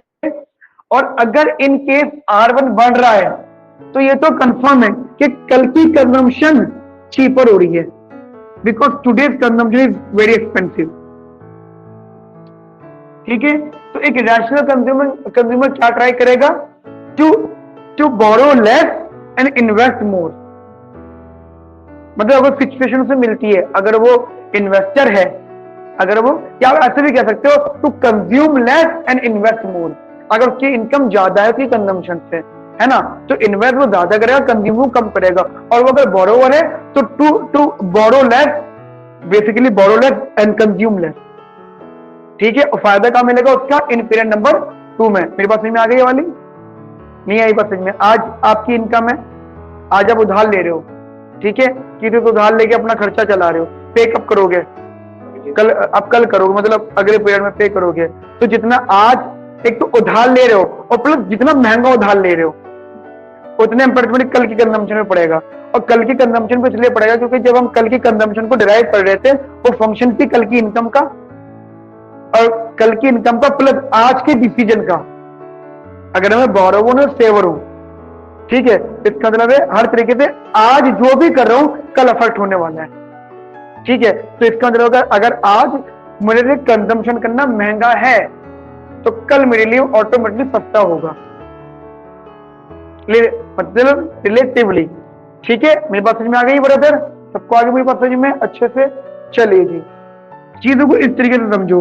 तो मुझे बताओ अगर C2 इज चीपर है, ये एक्सपेंसिव है, इसका मतलब क्या है, इसका मतलब है just I am trying to consume tomorrow, और कंज्यूम टुमारो का मतलब हो जाता है, कंज्यूम टुमारो का मतलब हो जाता है कंज्यूम लेस टुडे, ठीक है, और आज कम कंज्यूम करूंगा, राइट, आज कम कंज्यूम करूंगा, ठीक है।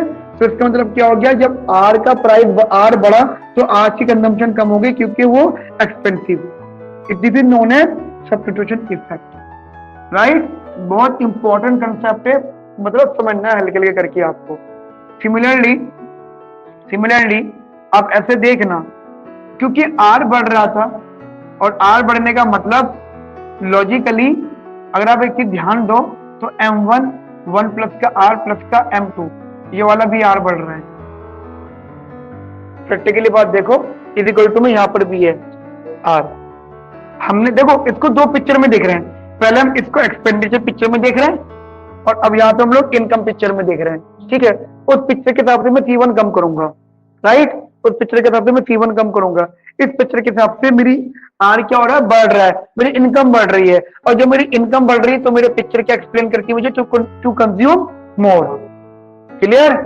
मेरी बात समझ में आ गई आप लोगों को? To consume more. तो यहाँ पे ध्यान रखना, कंजम्पशन दोनों की बढ़ेगी। क्लियर? तो अब क्वेश्चन निकल के आते हैं कि what is the final result. तो यहाँ पे जो रिजल्ट है ना वो मैं ऐसे नहीं बताऊंगा, वो रिजल्ट बाकायदा स्लस्की की इक्वेशन लिख के समझाऊंगा। ठीक है? मतलब मैं जो आपको कराना चाहता हूँ वो यही चीज कराना चाहता हूँ, तो जो मुझे रिजल्ट बताना वो इक्वेशन के थ्रू बताना है। ठीक है जी, बात समझ में आ गई? यार मेरी में इनकम बढ़ रही है, मतलब जो ये है ना, ये इक्वेशन, ये मेरी जर्नल इक्वेशन है। ये जो इनकम यहाँ से जनरेट हो रही है दोनों पीरियड की कंजम्पशन को अफेक्ट करेगी। अगर मेरी इनकम बढ़ती है तो मैं दोनों जगह कंज्यूम बढ़ाऊंगा। ठीक है, मैं वो चीज कह रहा हूँ आपसे। ठीक है मैडम जी, बात समझ में आ गई बेटा आपको? ठीक है, अब इसको एक बार नोट करने के बाद फिर मैं आपको इसका स्लस्की इक्वेशन समझाता हूँ। स्लस्की इक्वेशन में एक फॉर्मूला आएगा आपके पास, स्लस्की इक्वेशन में फॉर्मूला आएगा आपके पास। देखो जी ऐसा समझना, change in C1 with respect to change in R is equals to change in C1 change in R, ठीक है, और this is equals to change in C1 with respect to change in R, यहाँ पे आ जाएगा S। ये equation है, याद कर लेना इसको। ठीक है, change in C1 अपॉन में change in R, और C1 के ऊपर लग जाएगा S जो रिप्रेजेंट कर रहा है यहाँ पर सब्स्टिट्यूशन इफेक्ट को। ठीक है, and plus change in C1 with respect to change मतलब डिफरेंशिएट पार्शियली, और यहाँ पे आ जाएगा M जो इनकम को रिप्रेजेंट कर रहा है, और यहाँ पे जो फॉर्मूला में यहाँ पे आ जाएगा M1 माइनस का C1। फ्रेंड इसकी डेरिवेशन है, इसकी डेरिवेशन है जो मैंने अपने बेसिक वीडियो में कराई है, स्लस्की में भी डेरिवेशन मैंने वहां पे करवाई है। राइट, तो आप वहां से देख सकते हो, सारी वहां की चीजें नहीं कर सकते मैं अभी डिस्कस। ठीक है, अब ये इक्वेशन फाइनली निकल के आ गई। एक बात बताओ, this is always negative, this term is always negative, ये कभी भी पॉजिटिव नहीं होगा, ये कभी भी पॉजिटिव नहीं होगा। ठीक है, एक चीज दिमाग में रखना आप यहाँ पे। अच्छा, हम लोग जब एज्यूम में करते हैं, ये लॉ है कि अपॉर्चुनिटी कॉस्ट जब महंगी होती है, क्या वो कैसे भी कंजम्पशन हो, नॉर्मल कंजम्पशन हो, गिवन कंजम्पशन हो, इन्फीरियर कंजम्पशन हो, मैं ऐसा उसको कम ही करूंगा, मतलब ये लॉ होता है। ठीक है, दिस इज बेसिकली, हाँ मतलब ये मान के चलो एक लॉ रहता है कि अगर बेसिकली इनके बीच की जो रिलेशनशिप होगा सब्स्टिट्यूशन इफेक्ट हमेशा नेगेटिव होगा। अगर आर बढ़ता है तो कंजम्पशन में कम करूंगा, सो this is the expenditure side. ठीक है, this is the expenditure side. अच्छा, इस जनरल लेवल पे इसको मैं रख कर रहा हूँ, ये भी इंपॉर्टेंट, मतलब ये नहीं, आपको उसको उस तरीके से समझना है जैसा मैं भी यहाँ पे लिखवाने वाला हूँ। ठीक है गाइस, अब जरा एक चीज समझना है, यहाँ पर मैंने बोला आर बेसिकली बढ़ा, ठीक है ना, आर मेरा यहाँ पे इंक्रीज हुआ, यानी मेरी अपॉर्चुनिटी कॉस्ट ऑफ टुडे बढ़ा था। ठीक है, अगर मैं इनकम साइड की बात करता हूँ, अगर मेरी अपॉर्चुनिटी कॉस्ट बढ़ रही है, अब प्रैक्टिकल सोचो, मैं बेसिकली खर्चा ज्यादा मान रहा हूँ, ठीक है, तो मुझे बताओ इनकम का जो मैंने यहाँ पे लिखा था, जो ये आर के बढ़ने की वजह से C1 पे क्या इम्पैक्ट पड़ रहा था, मैं फिर बात कर रहा हूँ, हाँ इनकम से रिलेटेड है। आप इस चीज को इस तरीके से समझे, जैसे आप करो ये बढ़ेगा, ठीक है, आप करो जी ये बेसिकली बढ़ेगा, ये इंक्रीज होगा, राइट। अब इसका मतलब ये नेगेटिव है और ये पॉजिटिव है, ठीक है, ये नेगेटिव है और ये पॉजिटिव है। अब अगर ये मान लो ये वैल्यू है, अगर ये नेगेटिव हो गई, तो पूरा टर्म क्या हो जाएगा, नेगेटिव, तो दिस इज नेगेटिव रिजल्ट। और अगर ये पॉजिटिव हो गई, अगर कह रहा हूं अगर हो गई, तो ये माइनस ये प्लस, क्या मुझे मैग्नीट्यूड पता है, तो रिजल्ट क्या आएगा, एम्बिगियस। मेरी बात समझ में आ गया आप लोगों को, बढ़िया करके रिजल्ट क्या आएगा फ्रेंड्स, एम्बिगियस, ठीक है, हाँ ठीक है, अच्छा, वी एज्यूम दैट, ये प्रैक्टिकल बात है, तो बहुत अच्छी बात है। वी एज्यूम दैट कि भाई जो नॉर्मल कम्युनिटीज होती है ना, नॉर्मल कम्युनिटी, उनका इनकम फैक्ट क्या होता है? हमेशा पॉजिटिव। ये बात मैंने आपको पहले बताई थी, ठीक है? तो उस चीज को अपने दिमाग में उसी तरीके से रखिएगा, ठीक है? उसका पॉजिटिव इम्पैक्ट रहता है, ठीक है? तो इसके मैं दो केसेस बनाऊंगा गाइस, इसके मैं दो केसेस बनाऊंगा। एक M1 माइनस का C1, M1 माइनस का C1, ये पॉजिटिव हो ना, यानी M1 is more than C1। अगर इनकम ज्यादा है आज की कंजम्पशन से, अगर इनकम ज्यादा है आज की कंजम्पशन से, तो इसका मतलब मैं क्या कर रहा हूँ? बोरो कर रहा हूँ, सेव ज्यादा कर रहा हूँ, सेवर। अगर मैं सेवर हूं, if I basically net saver, ठीक है, जब ये पॉजिटिव होगा। लेकिन ध्यान रखना, मैं बेसिकली इस हिसाब से मैं सेवर हूं, लेकिन यहाँ पे क्या आ गया? प्लस प्लस प्लस प्लस, और ये क्या है? Minus. Plus minus I don't know, ठीक है? इसका मतलब del C1 by del R is ambiguous, right? It's basically ambiguous. मेरी बात समझ में आ गई आपको? और हम किसके रिजल्ट की बात कर रहे हैं? Del C1 by del R। यानी अगर रेट ऑफ इंटरेस्ट चेंज होता है तो भाई क्या 100% मेरा रिजल्ट एक्चुअल आएगा? नहीं, यहाँ पे एक्चुअल नहीं आएगा, एम्बिगियस रिजल्ट आएगा। क्यों? हमें मैग्नीट्यूड नहीं पता। This is the conceptual concept. बहुत रेयर टू रेयर चांस में ये पूछ लिया जाए पेपर में, लेकिन फिर भी हमें करना है। केस नंबर 2, अगर ये M1 माइनस का C1 नेगेटिव है, इसका मतलब मैं कौन हूं? Net borrower.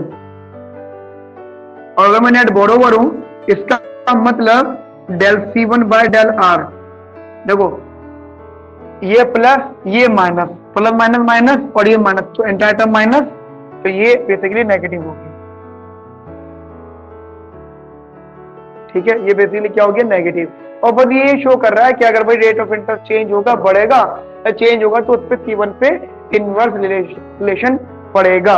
अब इसका मतलब क्या हो जाता है कि अगर बंदा नेट बोरोवर है, अगर बंदा, देखो प्रैक्टिकल बात समझो, बड़ी इंटरेस्टिंग पॉइंट है।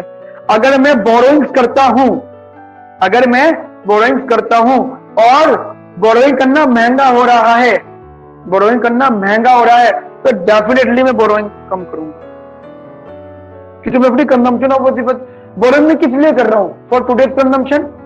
तो मैं कंजम्पशन कम कर दूंगा, और ज्यादा क्या होगा? मैं घर वाले ये तो बोलेंगे भाई ज्यादा खर्च मत करो, क्योंकि तुम हमसे बोरो कर रहे हो, क्योंकि तुम बोरो कर रहे हो। जितना अच्छा तुम उनसे बोरो करोगे, उतना अच्छा तुम ब्याज समेत वापस लौटाओगे उनको, जब उनका टाइम आएगा। प्रैक्टिकल सी बातें वाली है ना, उन्हें ताने अच्छे अच्छे पड़ेंगे। अभी तो पढ़ते होंगे थोड़े बहुत, तो थोड़े पढ़ने स्टार्ट हो गए होंगे, जब वो कुछ काम के लिए कहते होंगे, तुम बहाना बनाते होंगे, तो कहते होंगे अरे बचपन में तुम्हारी हमने हर बात सुनी है, तुम्हारा कहना नहीं मानते, बात नहीं सुनते, कोई बड़ी बात, तो ताने मिलेंगे, समझ में आ गई? लेकिन अगर मैं सेवर हूं, सोचो मैं सेवर हूं, ठीक है, मैं सेवर हूं और इंटरेस्ट रेट बढ़ रहा है, तो सेवर होने का मतलब मैं अमीर हूं, तभी तो मैं सेव कर रहा हूं, इनकम बहुत ठीक ठाक है, तभी तो मैं सेवर था, तो इंटरेस्ट रेट बढ़ रहा है, तो एमबीकेएफ है, क्योंकि ऑलरेडी मैं अमीर हूं, तो मेरी मर्जी है। अब खुद सोचो, मुकेश अंबानी बहुत अमीर है, क्या वो इन्वेस्ट करते हैं? क्या वो बेसिकली कंजम्पशन नहीं करते हैं? तो जितना अमीर आदमी उतना हाई कंजम्पशन। तो यहाँ पे ना दो आंसर आए हैं, एमबीकेएफ के अंदर दो आंसर होता है। दो आंसर का मतलब हो जाता है कि भाई हो भी सकता है और नहीं भी हो सकता, यानी del C1 del R negative भी हो सकता है, del C1 del R positive भी हो सकता है, मतलब दोनों ही ऑप्शंस अवेलेबल है यहाँ पर। Clear guys? लेकिन यह कंफर्म है, और इंट्यूशंस लगा के रखो आप हमेशा यहाँ पर, ठीक है? इंट्यूशंस लगा के रखो आप यहाँ पर, तो आपके ना कभी गलत आंसर नहीं आएगा। ठीक है फ्रेंड्स, मेरी ये बात आपको समझ में आ गई अच्छे से?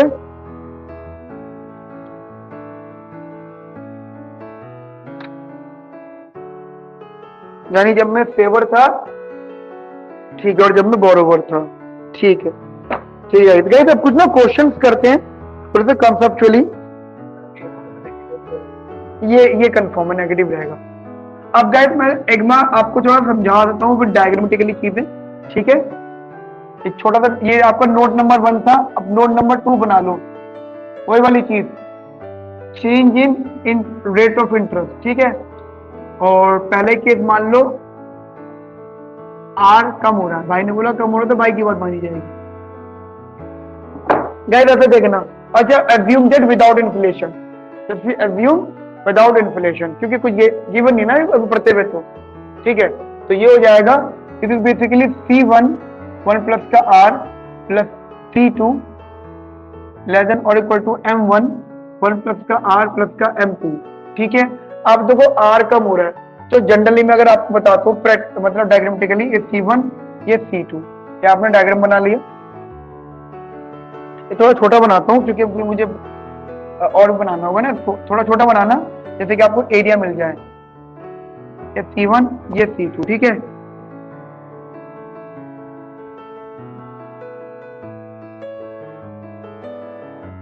ठीक है, this is endowment.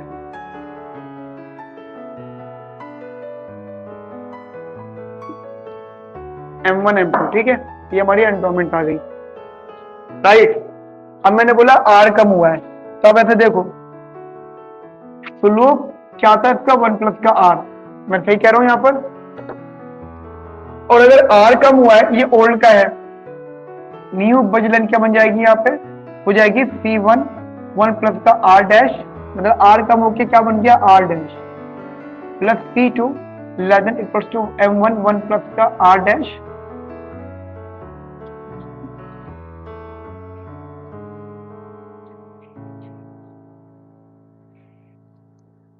One plus का R डैश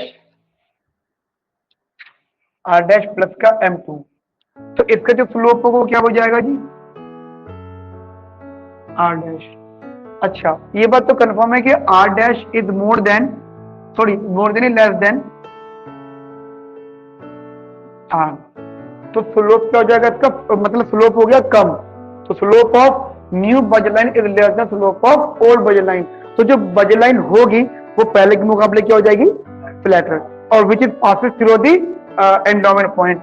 अच्छा एक तो फ्लैटर होगी और वो शिफ्ट भी होगी, क्यों, क्योंकि R इधर भी है और R इधर भी है, ठीक है। वही बात मैंने कल आपको दिखाई थी बाइंग सेलिंग में, R इधर भी है और R इधर भी है, तो ये फ्लैटर होगी और शिफ्ट भी हो जाएगी, फिर it basically becomes more flatter, ठीक है जी। क्या हो जाएगा, ये ज्यादा फ्लैटर, ठीक है। कॉफी मंगा दूं मैडम, कॉफी शॉफी, ठीक है। आपको कितनी को नींद आ रही है, भाई जगाइयो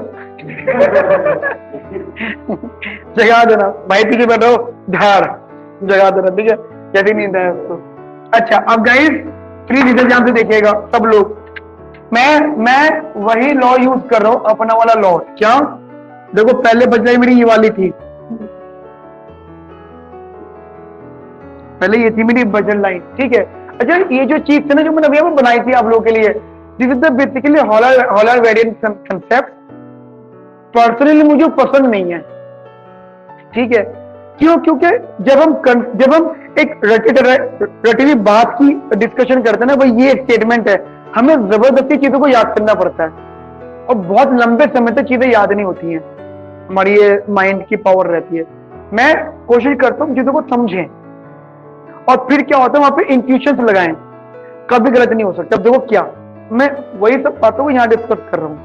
देखो ये मेरा रीजन है वाला, ठीक है, और आफ्टर चेंज इन बेसिकली जो वो था इंटरेस्ट रेट, मेरे बजट में फ्लैटर हो गई, ठीक है। अब मेरे पास यहाँ पे दो ऑप्शन आएंगे, मतलब ये एक तो बात ये आएगी जैसे मैं यहाँ पे लिखा था ना कि इंटरेस्ट रेट कम हो रहा है, और साथ साथ ये भी लिखा होगा कि मैं कौन हूं, नहीं सर नहीं, मतलब मैं बायर हूं या सेवर हूं ठीक है, मैं बायर हूं या सेवर हूं, ये भी लिखा होगा यहाँ पे साथ साथ, ठीक है। तो मैंने मान लो, मैं अब देखो इस चीज के दो केस बनेंगे, इसमें ज्यादा मैं इंटरेस्ट नहीं कि आर बढ़ रहा है कम, इसके केस नहीं बनने कि इसके के बनने के तुम कौन हो भाई, बायर हो या फेवर हो। तो इसके बेसिस पर मैं दो केस बनाऊंगा, फिर वहां में बात करूंगा आप लोगों से, ठीक है। तो जस्ट मान लो केस नंबर 1, अगर इस चीज का, अगर मान लो मैं ऑलरेडी कौन था, नेट फेवर, ठीक है, मैं कौन सा नेट सेवर। अच्छा, नेट सेवर का मतलब ये मेरी पुरानी वाली बजट लाइन थी। अच्छा, नेट सेवर का मतलब ये ऑनलाइन वालों को भी मेरी बात समझ में आ रही होगी कि सेवर का मतलब क्या होता है। सेवर का मतलब होता है कि मेरी जो कंजम्पशन है वो इनकम से कम है। ये मेरी, अच्छा कौन सी पीरियड की बात करूं मैं, आज की पीरियड 1 की, यानी इस वाले एक्सिस की, ये मेरी इनकम है। कंजम्पशन इससे कम होगी, मतलब इतनी होगी। इट इज पॉसिबल कब, जब हमारा आईसी इस वाले रीजन पे आएगा। इस वाले रीजन पे आना मतलब बंदा कौन है, बंदा सेवर है। और इस वाले रीजन पे आना बंदा मतलब कौन है, नेट या बोरोवर। ठीक है, यहाँ बोरोवर और वहां पे सेवर है। राइट गाइस, यहां तक की मेरी बात समझ में आ रही है आप लोगों को अच्छे से, बढ़िया से पॉइंट के हैं। हाँ, ओनली P1, हाँ, और M1 से इधर उधर। ठीक है, चलो जी। अब मतलब ये तो मैंने आपके लिए बताया है, इसकी वो मतलब आपको तो समझ में आना चाहिए कि हाँ फेवर ये वो। मान लो मैं फेवर था, या मेरे यहाँ पे आईसी आ रहा था। ठीक है, मैं फेवर था, यहाँ पे आईसी आ रहा था। अब मुझे एक बात बताओ, अब मेरे पास नई बजट लाइन नहीं है ये वाली। ठीक है, अब क्वेश्चन ये है कि मैं क्या रहता हूं। अब अगर मैं इंटरेस्ट रेट कम होने के बाद मेरे पास दो ऑप्शन है। अगर मैं रिमेन फेवर रहता हूं तो मुझ पे क्या इम्पैक्ट पड़ेगा। देखो ये ना भाषा है, लैंग्वेज है ये, इसको हमने बाइन फिलिंग में कल कराया। ठीक है, आज ये इंटर टेम्पोरल में कन्वर्ट हो चुकी है। तो ये भाषा लैंग्वेज है, सारा गेम लैंग्वेज का होता है, सारा का सारा गेम। ठीक है, कल हम बात करते थे नेट बायर और नेट सेलर, आज हम बात कर रहे हैं सेवर और बोरोवर। ठीक है, तो मैं कह रहा हूं कि इंटरेस्ट रेट कम होने से जो नेट सेवर था वो रिमेन नेट सेवर रहा, तो वो क्या होगा, उस पर क्या इम्पैक्ट पड़ेगा। और अगर उसने स्विच कर लिया खुद को, ठीक है, उन्होंने खुद को स्विच कर लिया तो उस पर क्या इम्पैक्ट पड़ेगा। ठीक है, अब एक बार बताओ, मैम बोलिए कि वो नेट सेवर या नेट बोर एग्जाम्पल हम करके देख लेते हैं। इनकम से इधर जो सोल्यूशन आता है, इनकम से इधर जो सोल्यूशन आता है C1 का, वो शो करेगा कि बंदा कौन है, सेवर। इनकम के इधर जो आता है वो शो करेगा बंदा कौन है, बोरोवर। अगर मैंने बोला कि वो बंदा रिमेन सेवर है, इसका मतलब आईसी कहां पे आ रहा होगा, इस वाली बजट लाइन के ऊपर कहां पे आ रहा होगा, वो इधर आ रहा होगा, वो इधर आ रहा होगा। ठीक है, अगर मैंने बोला बंदा सेवर है तो वो इधर आ रहा होगा। ठीक है, इसका मतलब क्या हो गया, ये उस एरिया में आ रहा है जिस एरिया को मैंने भी थोड़ी देर पहले पुराने वाले रेट ऑफ इंटरेस्ट पर क्या कर दिया था, रिजेक्ट। देखो ये शेडेड रीजन क्या है, ये पहले से अवेलेबल था, है ना बेटा ऑनलाइन वालों, ये पहले से अवेलेबल था, लेकिन मैंने अपनी मर्जी से बाउंड्री चूज की थी। लेकिन आज मुझे क्या पॉइंट ऑप्शन दिया जा रहा है, जो पहले मैंने शेडेड रीजन रिजेक्ट कर दिया था वो दिया जा रहा। तो मैं कौन होगा इस टाइम, कंप्लीटली मैं कौन होगा यहाँ पे, बोरोवर, वो वर्स ऑफ या better off, strictly worse off. ठीक है, स्ट्रिक्टली वर्स ऑफ। ठीक है,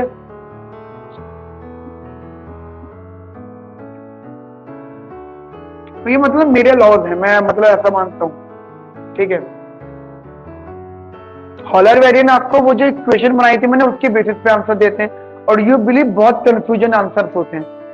सोचो, जो अभी मैं उसको पढ़ा रहा था आपको कंफ्यूजन हो रही थी ना, देर से समझ में आ रही थी बातें, देर से कैच कर रहे थे, कॉम्प्लिकेट तरीके से समझा रहे थे, ये मैं उनके व्यूज यूज कर रहा था, ये मेरे व्यूज हैं, ऐसा मैं सोचता हूँ। ठीक है, और मैं अपने पास नहीं सोच रहा, मैंने भी कहीं ना कहीं मल्टीपल बुक्स पढ़ी हुई है, तो दूसरी बुक से मुझे ऐसे व्यूज मिले। राइट, अब अगर मैं ये बन जाता हूं net borrower, in case net borrower बनता हूं तो एमबीके रिजल्ट। और एमबीके में भी क्या मैं आपको बता देता हूं, अगर मैं स्विच करता हूं और अगर मैं स्विच करके बोरोवर बन जाता हूं तो भैया may be better of, may not be, लेकिन हाँ फेवर हूं तो स्ट्रिक्टली वर्स ऑफ। मतलब इंटरेस्ट रेट कम हुआ अगर मैं फेवर रहा तो मैं ऑब्वियस बात है स्ट्रिक्टली वर्स ऑफ रहा। ठीक है, और अगर मैं बोरोवर रहा इंटरेस्ट रेट कम होने पर तो may be better of, may not be better of. Right, मेरी बात समझ में आ गया आप लोगों को। देखो ये वाला ना, इसको ना रिवील्ड प्रेफरेंस के कंसेप्ट पे मान के रखना। रिवील्ड प्रेफरेंस यही कहते हैं कि अब आप खुद सोचो, जैसे यार प्रैक्टिकल सी बात है, प्रैक्टिकल सी बात है। मैंने आपको कल भी एग्जांपल दिया था, 12th की किसी टीचर का आपने डेमोज लिए थे, ट्रायल लिए थे, इकोनॉमिक्स या मैथ के, इकोनॉमिक्स के लिए थे ना, आपने 5 या ट्रायल लिए होंगे और 4 को छोड़ के किसी एक को ज्वाइन करा होगा। आपको लगता होगा यार ये ठीक अच्छा होगा, बट इसकी डिलीवरी या मुझे अच्छा नहीं लगा, मुझे समझ में नहीं आ रहा, तो 12th में आपने उसको नहीं ज्वाइन करा। तो यानी पॉइंट क्या है, उन 5 में से आपकी लिस्ट में जिसको ज्वाइन किया वो टॉप पे आ चुका था, फर्स्ट लिस्ट पे, ठीक है, बाकी सारे शेड डिवीजन में थे। अब क्या हुआ है, आप एमए की तरफ आ चुके हो, तो आफ्टर सम टाइम जब चीजें बदल चुकी हैं, ठीक, कुछ भी रीजन से, तो आप उन लोगों को तो कभी नहीं ज्वाइन करने वाले। तो पॉइंट क्या होता है कि जो चीज मैं पहले रिजेक्ट कर चुका था, वो किसी भी सिचुएशन में मैं अब कंज्यूम नहीं करने वाला। इसका रीजन ये नहीं है कि अब चीज सस्ती हो गई, महंगी हो गई, ये रीजन तो है ही नहीं, ये रीजन तो है ही नहीं। और अगर ऐसा होता है, मैं आपको एग्जांपल भी देता हूँ, ऐसा होता है, एग्जांपल भी देता हूँ। मान लो कोई चीज पहले होती थी, आप उसे कंज्यूम करते थे थोड़ा सा ज्यादा, और जो वो सस्ती हो गई, आपने उसको कंज्यूम किया, सस्ती होने के बाद में फीलिंग डेफिनेटली होगी आपके अंदर कि यार ये तो सस्ती हुई भी चीज है ना, मैं इसको ज्यादा ले रहा हूँ, तो स्ट्रिक्टली वर्क होगी, ये डेफिनेट सी बात है ह्यूमन बीइंग की, ठीक। अच्छा, मैंने ना एक आपको मैं कराना चाहता हूँ इसका केस 2। जैसे मैंने यहाँ पे नेट फेवर की बात करी है, ऐसे मैं नेट बोरोवर की बात करूंगा आप लोगों से, ठीक है। नेट बोरोवर मैं यहाँ से रफ कर देता हूँ।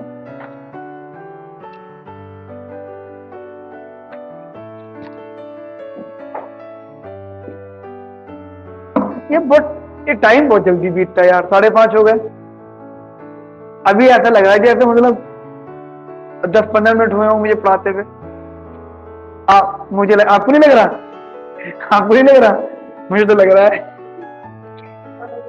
कोई बात नहीं, कोई बात नहीं, वो 8 बजे तो पढ़ाना है ही वैसे भी। हाँ, 8 बजे तक।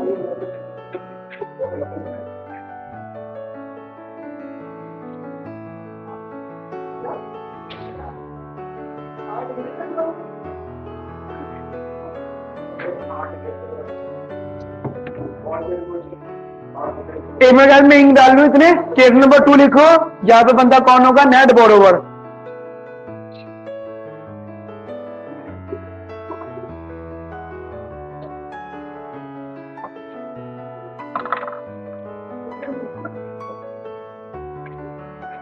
असल में ना मेरा पढ़ाने का ज्यादा मन कर रहा है आज। तुम पता तो मुझे ये बोलोगे तुम। चलो, बंदा अगर नेट बोरोवर है, ठीक है, और इंटरनेट क्या हो रहा है, कम हो रहा है, तो अब देखते हैं डिविजन क्या होंगे। पहले मैं इसका मतलब डायग्राम बनाता हूं मैं इसका पहले, ठीक है। ये पेन चल रहे हैं।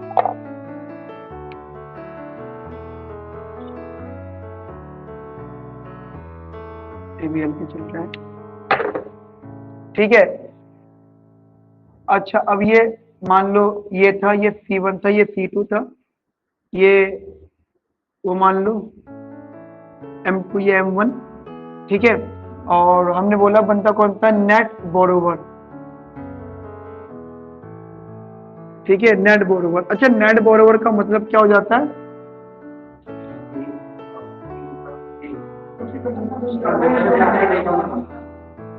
हाँ, यानी पहले से आई थी इधर है,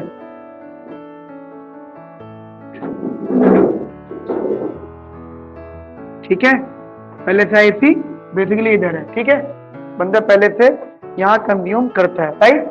चलो जी, यहाँ तक हम समझ जाते हैं चीजों को। उसके बाद में आर का, अरे बंदा बोरोवर है भाई, उसकी कंजम्पशन ज्यादा होगी इनकम से, तो तभी पॉसिबल है। अरे यार, ये एंडोमेंट पॉइंट होता है, एंडोमेंट के उधर जाना उसको शो करता है कि कौन है बोरोवर, इधर जाना शो करता है फेवर है, ठीक है। अच्छा जी, पहली बात तो ये, जब कम होता है तो ऑब्वियसली बात है बजटन कैसी हो जाएगी?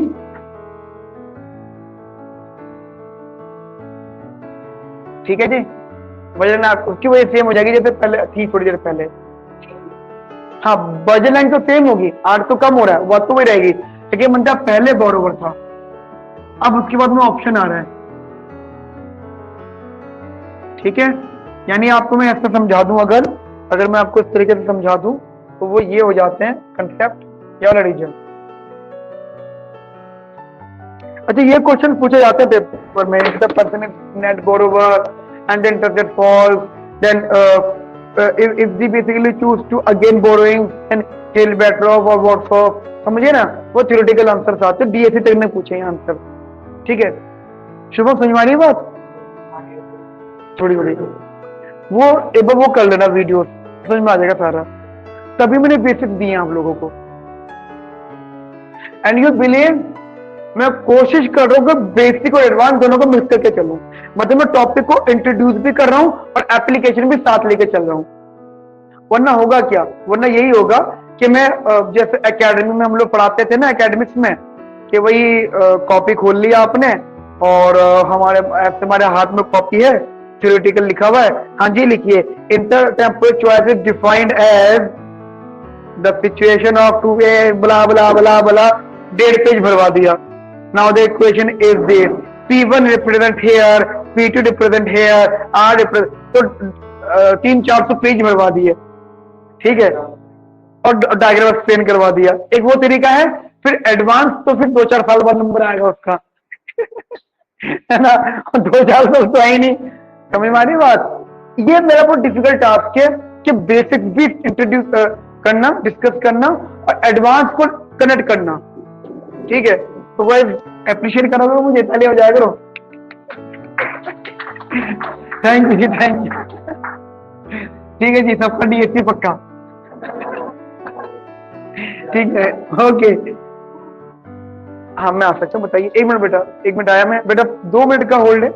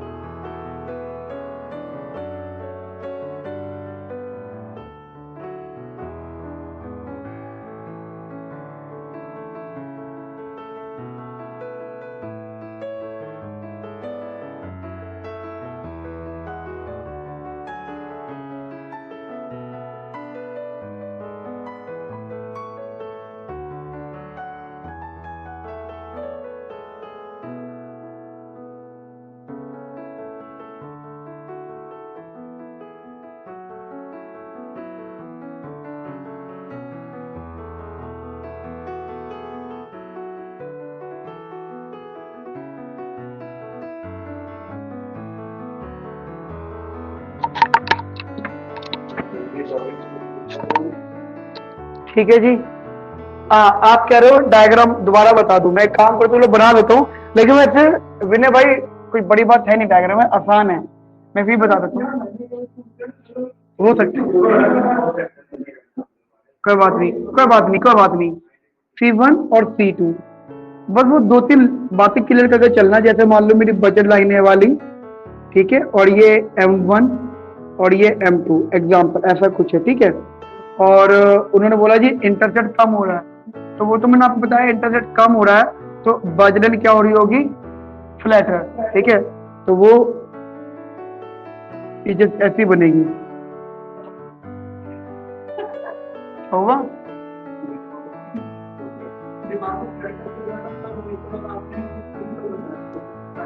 हाँ, इसे मैंने मटा के मुझे इसलिए हंसा था, मैं पूछा, मैं हंसा था ना, मुझे हंसा था यार, इसको पता लग गया कि मैंने गलत डायग्राम बनाया बाय मिस्टेक, वो मुझे मिटा के दोबारा बनाने थे, इसलिए स्माइल आई थी मेरे चेहरे पर, ठीक है।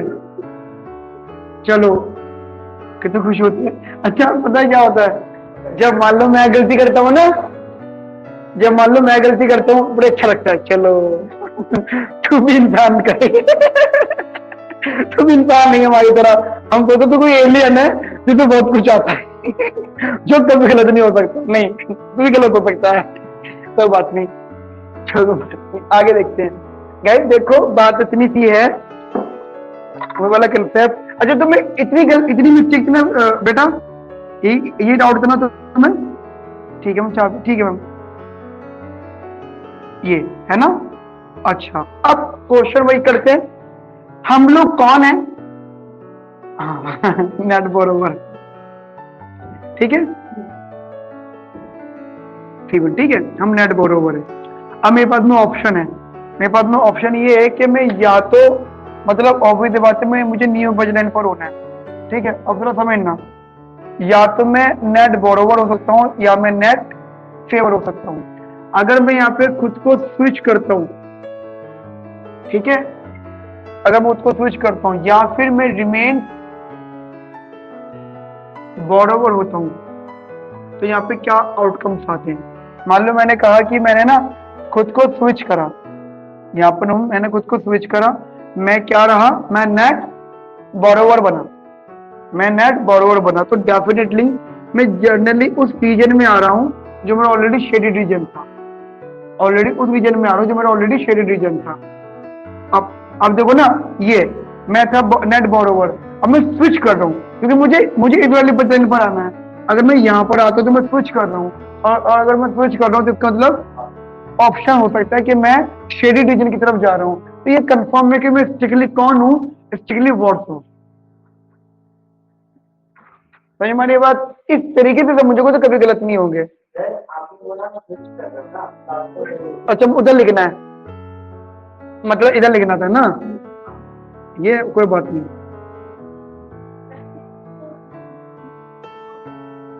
यस यू कैन, बेसिकली हो सकता है ये। हाँ अच्छा गाइस समझना इसमें यहाँ पर ध्यान से कि अगर मैं खुद को स्विच कर रहा हूँ, मेरे पास ऑप्शन था, अगर मैं शेडेड रीजन की तरफ जा रहा हूँ तो डेफिनेटली मतलब आप ये सोचो कि आप पहले आपको ऑप्शन मिलता था आप सेवर बनो, आप चीजों को सेव करो, पहले ऑप्शन मिलता था चीजों को सेव करो, मतलब आप अमीर आदमी थे, रिच थे, ठीक है, ऑप्शन मिलता था, लेकिन आप ना बेसिकली बोरोइंग्स करते थे, ठीक है, करने तो बोरोइंग कर रहे थे आप, लेकिन बोरोइंग करते थे। अब बोरोइंग का मतलब क्या हो जाता है, बोरोइंग का मतलब हो जाता है कि आप उधार ले रहे हो जो कि आपको कल पे भी करना है ना, आप एक इंटरेस्ट के बेसिस पर उधार ले रहे हो। अब क्या हुआ, इंटरेस्ट रेट कम हो गया, तो प्रैक्टिकली तो बात ये हो रही है कि अपॉर्चुनिटी कॉस्ट कम हो रही है, अपॉर्चुनिटी कॉस्ट कम हो रही है, और अपॉर्चुनिटी कॉस्ट कम होने के बाद आप सेवर बन रहे हो, यानी आपको रियलाइज हो रहा है कि यार मैं सेवर हो जाता पहले, और आपको ये डर लग रहा है कि हो सकता है कहीं और कम ना हो जाए प्राइस, मतलब रेट ऑफ इंटरेस्ट और कम ना हो जाए, मैं अभी से बन जाता हूँ नेट सेवर। ये स्टॉक मार्केट में बहुत होता है, हाँ स्टॉक मार्केट में होता है कि हम लोग बोरोइंग्स कर रहे होते हैं, मतलब स्टॉक मार्केट मतलब कब खरीदना कब बेचना है, ठीक है, हम बोरोइंग्स मतलब हम शेयर बेच रहे थे, मतलब हमें रिटर्न में पैसा आ रहा था, और फिर प्राइसेस कम होने लगे, स्टॉक प्राइस ठीक है कम होने लगे, आपको ये डर लगा शायद और कम ना हो जाए, नहीं एकदम स्विच कर जाओगे, आप एकदम स्विच कर जाओगे। क्यों? और कम होते और नुकसान हो जाएगा। ठीक है, तो वही पॉइंट है यहाँ पर, इसलिए इस चीज को हम इंफीरियर कंसेप्ट भी कह सकते हैं। ठीक है, और कभी कभी ये चीजें कंसिस्टेंसी इनकंसिस्टेंसी की तरफ रहती हैं, राइट, पर मैं उस तरफ जाना नहीं चाहता, वो पेपर के पॉइंट से इंपॉर्टेंट नहीं है। वो कंसिस्टेंसी इनकंसिस्टेंसी इंफीरियर रिवील वो इंपॉर्टेंट नहीं है पेपर पॉइंट से। इसलिए ना मैं अपनी चीजों को मतलब बाउंड्री के अंदर रख रहा हूँ। ठीक है, टू द पॉइंट बात कि भैया अगर मैं शेरी रीजन में जाता हूँ तो मैं कौन हो जाऊंगा, स्ट्रिक्टली व्हाट्सएप, इतनी बात काफी है। ठीक है, और अगर मैं यहाँ होता हूँ, अगर मैं रिमेन बोरोवर रहता हूँ, रिमेन बोरोवर, तो I am basically what, may be better of, नहीं मे बी बेटर ऑफ नहीं आएगा कभी भी, मे नॉट बी, ऐसा है, मैं आपको बता देता हूं, ऐसा है कि मैं नेट बोरोवर था और मैं अब भी नेट बोरोवर हूं। ठीक है, मैं अब भी नेट बोरोवर हूं इसकी, लेकिन मेरी एज जो है या मेरी, छोड़ो किसी की और की बात कर लूं, उसका आखिरी टाइम करीब है।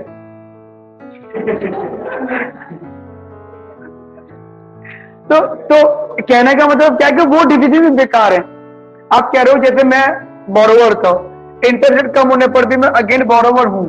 ठीक है, मैं रिमेन्स बोरोवर हूं, उसका मतलब हो रहा है कि मैंने मौके का फायदा उठा रहा हूं, लेकिन वो मौके का फायदा उठाना मेरे लिए काम का नहीं है। ठीक है, तो मे बी बेटर हो, मे नॉट बी बेटर हो, ये हमेशा ध्यान रखना। जो नया रीजन होता है, एक बात ये होगी। दूसरी चीज फ्रेंड्स ये भी हो सकती है कि ये वो कंजम्पशन है, ये बात की कंजम्पशन है, हो सकता है कि जो बात की कंजम्पशन है वो हो सकती है वो इंपॉर्टेंट ना दे रहा हो, जो पहले वाली कंजम्पशन पॉइंट कर रही थी मेरे को। वो कहते हैं कि मैं पहले जैसे एग्जांपल मैं आपको देता हूँ, छोटा सा एग्जांपल, थोड़ा बढ़िया एग्जांपल है। ये मैं इस पेन में इंक डाल रहा हूँ, एक लिमिटेड इंक डाल रहा था तो पेन बिल्कुल सही चल रहा है, लेकिन बाय मिस्टेक मैंने इस पे ओवर इंक डाली तो इंक निकल गई। तो जरूरी नहीं है कि मैं ओवर यूज कर रहा हूँ, ज्यादा यूज कर रहा हूँ तो मैं स्टिल बेटर ऑफ हो रहा हूँ। देयर इज अ पॉसिबिलिटी कि मैं व्हाट्सएप भी हो सकता हूँ। ठीक है, लेकिन मैं यहाँ पे व्हाट्सएप नहीं बोल रहा, मैं मे बेटर हो, मे नॉट बेटर बोल रहा हूँ, क्योंकि मेरी जो दूसरी सिचुएशन, आप खुद सोचो, इन गिनने के बावजूद भी मैं पेन को इस्तेमाल कर रहा हूँ। क्यों? क्योंकि मेरे पास ऑप्शन नहीं है। अगर मेरे पास ऑप्शन वो होगा कि मैं पढ़ाऊं नहीं तो बेसिकली व्हाट्सएप हो जाऊंगा, मैं बेसिकली व्हाट्सएप हो जाऊंगा। तुम तो हमेशा बेटर ऑफ रहते हो, तुम तो ये चाहते हो पढ़ाओ मत और डीएसए क्लियर करवा लो, है ना? पता है मुझे, पता है मुझे, थोड़ा थोड़ा पढ़ाओ ना, है ना? 2-4 साल में सिलेबस खत्म करो। अभी तुझे सर पढ़ाना स्टार्ट करेंगे मतलब कुछ दिन बाद। अच्छा, ये बात सही में आ गई फ्रेंड। ठीक है, कुछ क्वेश्चन कर लेते हैं हम लोग। ठीक है, थोड़े बहुत क्वेश्चन कर लेते हैं। मैं ना ओरल बोल रहा हूँ क्वेश्चन एक, ठीक है? मैं क्वेश्चन ओरल बोल रहा हूँ, ओरल, और आप मुझे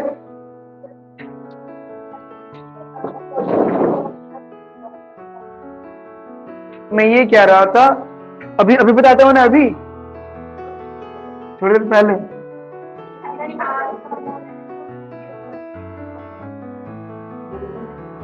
भूल गया। नहीं, वो तो बात तो कंजम्पशन की चल रही है, बोला तो वही होगा मैंने, पर भूल गया। याद आएगा तो बता दूंगा, ठीक है? अच्छा गाइस, एक ना मैं ओरल, अरे भाई वो बातें नहीं, एक मैं ना ओरल क्वेश्चन बोल रहा हूँ, ओरल, क्योंकि बड़ा क्वेश्चन है तो लिखवाने का सेंस नहीं है कोई। एक ओरल क्वेश्चन बोल रहा हूँ, क्वेश्चन है, सिर्फ सुनना ध्यान से, और काम की बात मैं लिखता जाऊंगा जो काम की बात है, ठीक है? और प्लस ये जो ओरल क्वेश्चन बोल रहा हूँ, ये ऑटोमेटिकली मेरी क्लासेस में इंक्लूडेड है। इंटरटेम्पल चॉइसेस में आपको क्वेश्चन सोल्यूशन पूरा मिल जाएगा, प्लस इसके नोट्स भी अपलोडेड है, ठीक है? तो मिल जाएगा आपको सारा, सुनिए ध्यान से। तो क्वेश्चन है, a consumer who is initially a lender, मतलब saver, consumer who is initially a saver remain saver, कोई बंदा सेवर है और अब भी सेवर रह रहा है, ठीक है? तो इसका मतलब क्या है? दो ऑप्शन आ रहे हैं, पहला वो सेवर है और वो रिमेन सेवर,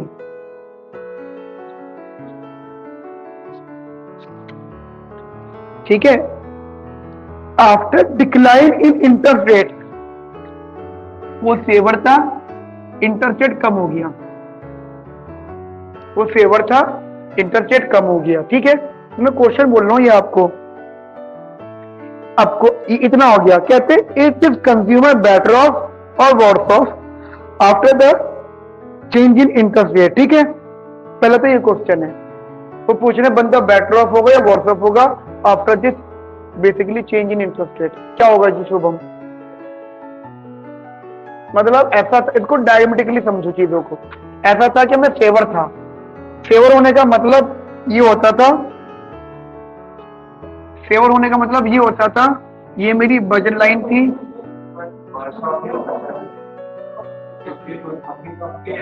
ठीक है, एग्जाम्पल में फेवर था, ये था वो। ठीक है, अब क्या होगा, इंटरनेट कम हो रहा है तो ये ऐसी हो गई बजट लाइन।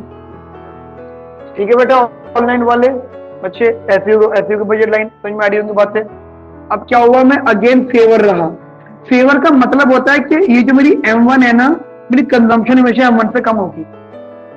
ठीक है, ठीक है, कंजम्पशन मेरी M1 से कम होगी, तो मैं फेवर रहा। तो क्या हूं मैं, worse off better off? Strictly worse off, right. अच्छा, दूसरा part, if the consumer becomes borrower, अगर कंज्यूमर, जैसे यहाँ पे तो ऑप्शन था फेवर का, अब तुम देख रहे हो क्वेश्चन है ये, अगर वो बोरोवर बन जाता है तो यहाँ पे मान लो बोरोवर बन जाता तो यहाँ पे आ रहा है जी। ठीक है, तो may be better of, may not be better of.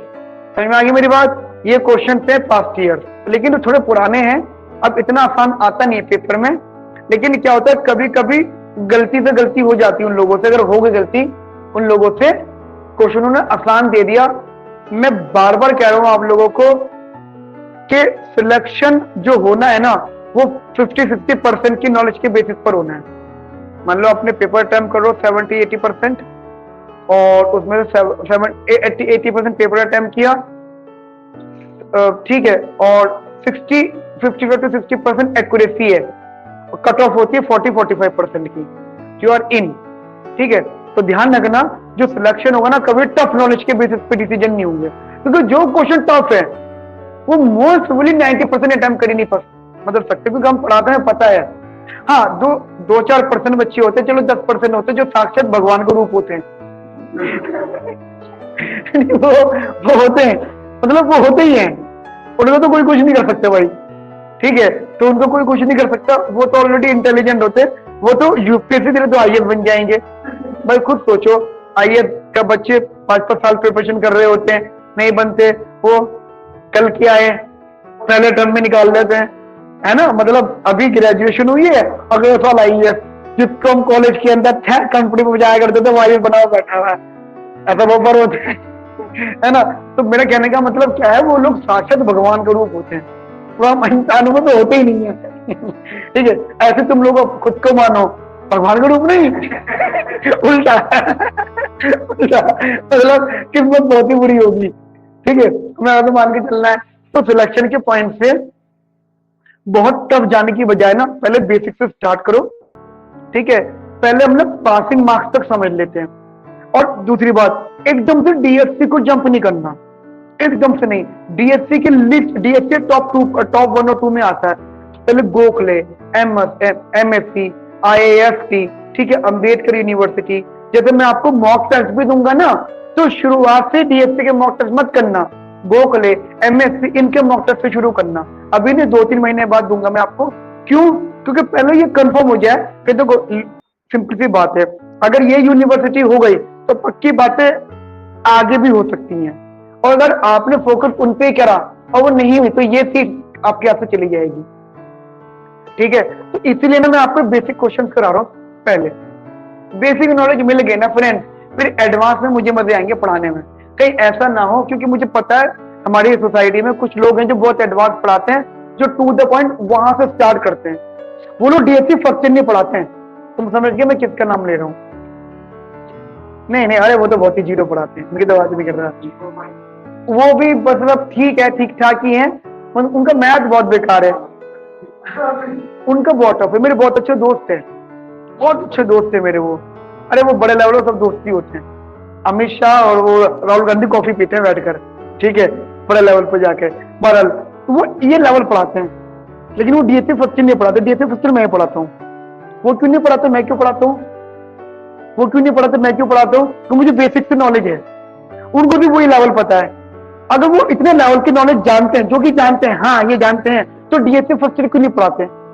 ले सकते हैं पंगा?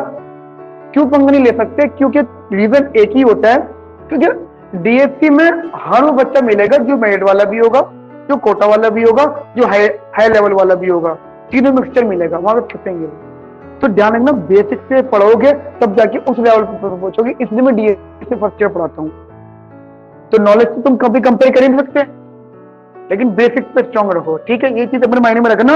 इसलिए क्योंकि बच्चे पता है क्या है, मुझे हंसी आती है, बच्चे मुझे मैसेज करके पूछते हैं, वह जैसे किसी मेरी यूट्यूब पे वीडियो देख ली, वो जैसे मैंने वीडियो डाली थी how to paper M economics entrance 1-1.5 साल पहले, ठीक है? कुछ 3,000 के आसपास व्यूज हो चुके, 30-35,000 उसके, ठीक है? तो मैंने बीच में बात बोल दी, भैया ऐसा है डीएससी की एक ही सोल्यूशन की है, दैट इज डीएससी का फर्स्ट ईयर सिलेबस। मेरे पास कम से कम 100 मैसेज आ गया कि sir please send the syllabus of semester 1, I want to prepare for DSC. अब एक बात बताओ, जिसको हॉल और वेरिएंट का एच भी नहीं पता, वो डीएससी फर्स्ट ईयर पढ़ लेगा? मैं हंसी छूटती बस मेरी वहां पर। मैं कहता हूँ कोई बात, सब ठीक हो जाएगा। ठीक है? तो मुझे क्या अब दिमाग में रखना। अच्छा, एक क्वेश्चन और मैं आपसे डिस्कस करता हूँ, तो मैं न्यूमेरिकल डिस्कस नहीं कर रहा, 1 मिनट का टाइम देना मुझे बस।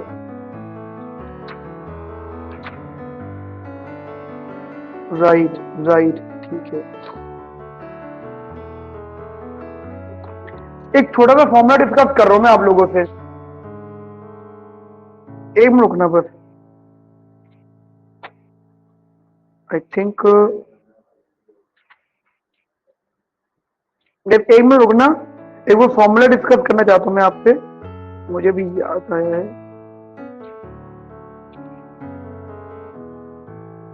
आई थिंक आप ठीक, ओके। लिखना गाइस, हेडिंग लिखना बॉन्ड्स। हाँ, मतलब छोटा सा टॉपिक है, वैसे तो हम लोग फाइनेंशियल इकोनॉमिक्स को थोड़ा बहुत सीखेंगे, लेकिन यार बहुत डिटेल में नहीं, लेकिन हम अभी उतना देख लेते हैं जितना भी पेपर पॉइंट से इंपॉर्टेंट है, ठीक है?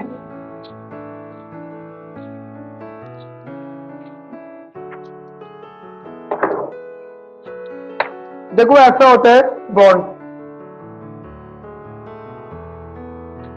बॉन्ड्स को ना हमें बहुत थोड़ा सा पढ़ना है, दैट इज उसमें हमें पढ़ना है present value,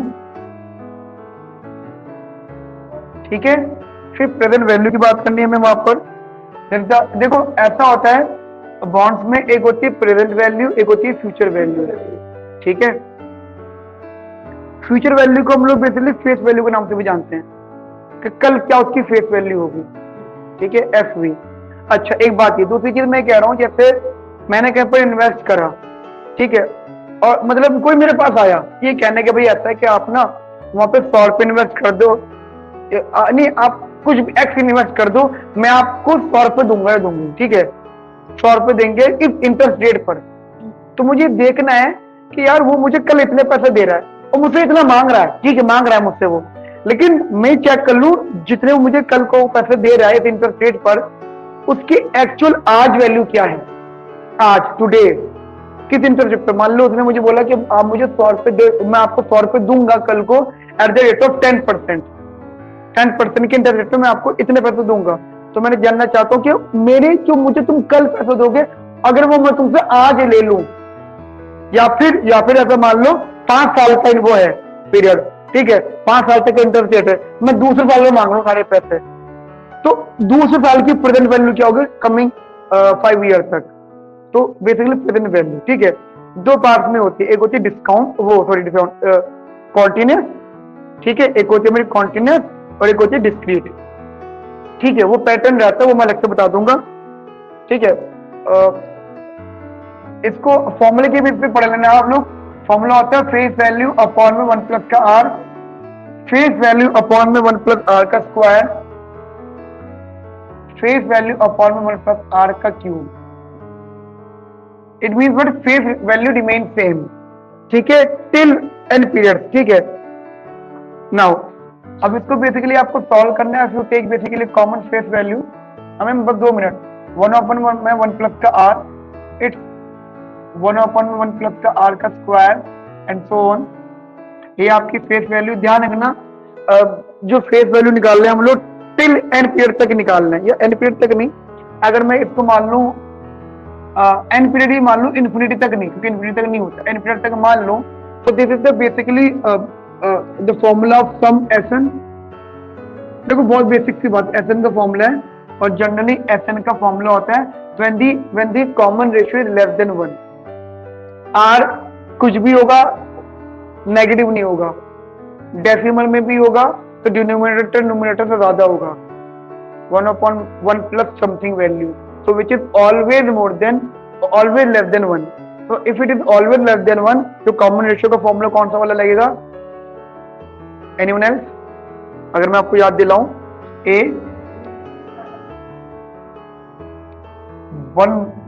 1 minus R N upon में 1 माइनस का आर, तो कॉमन रेशियो कह लो उसको, ठीक है। यहाँ पे a क्या है? 1/1 में 1 प्लस का आर, कॉमन रेशियो क्या है? 1/1 में 1 प्लस का आर, तो एसएन का फॉर्मूला क्या हो गया? 1/1 में 1 प्लस का आर, ठीक है, और ये हो गया 1 माइनस का 1/1 में 1 प्लस का R to the power N,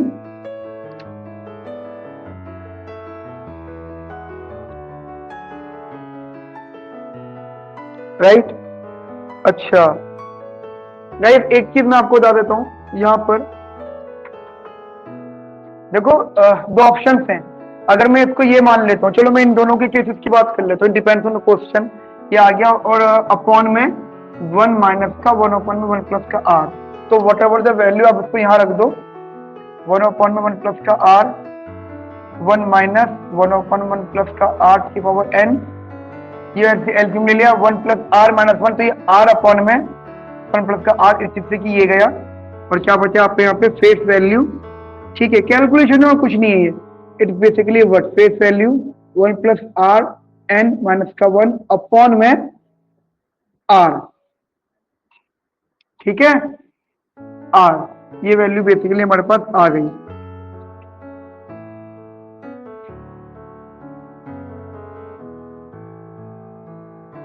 ठीक है ना गाइस? कैलकुलेशन मेरे ख्याल से यहाँ पे 1 प्लस का R to the power N भी आएगा, ठीक है, ये वैल्यू भी आएगी ना, अरे ये भी तो आएगा ना, एलसीएम लिया मैंने इसका, ठीक है। अब मैं आपको 1-2 चीजें क्लियर कर देता हूँ, पहले आप इसको नोट कर लो, पहले आप इसको समझ लो।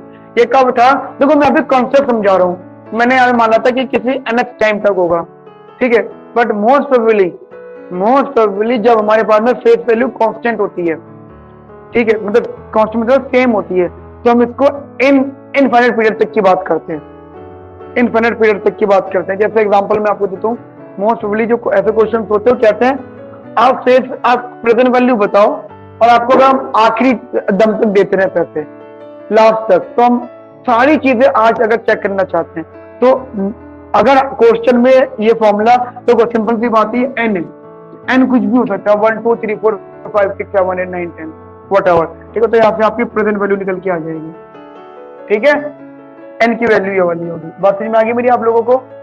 एन की वैल्यू, इसका एक छोटा सा केस और बना लेना, कब? जब ये इनफाइनाइट टर्म तक होगा, जब ये इनफाइनाइट टर्म तक होगा, एक केस और बना लेना। फर्क बस इतना सा आएगा कि कैलकुलेशन में ये वाला फॉर्मूला ना लगकर दूसरा फॉर्मूला लग जाएगा, ए अपॉन में 1 माइनस का आर, ठीक है। कॉपी बंद हो रही है क्या? हाँ, केस नंबर 2 बना लो, नोट हो गया है, केस नंबर 2 बना लो इसका। मैं तो कुछ ना बेटा भाई, प्रेजेंट वैल्यू एफ ऑफ ये सेम,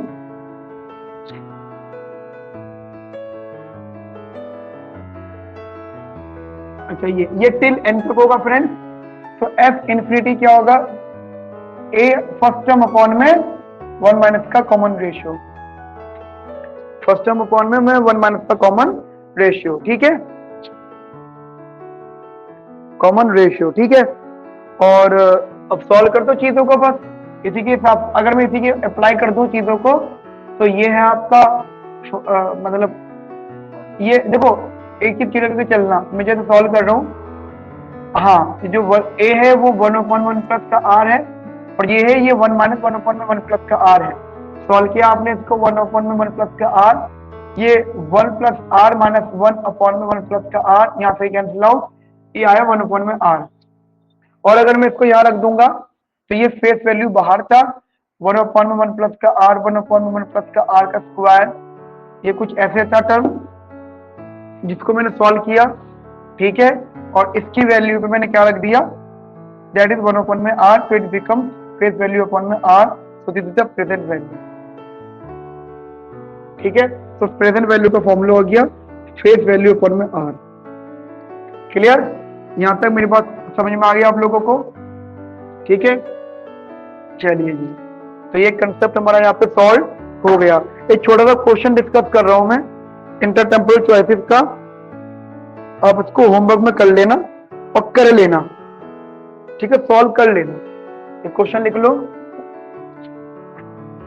एक क्वेश्चन लिख लो गाइस सारे लोग, आप लोग। A consumer have an income of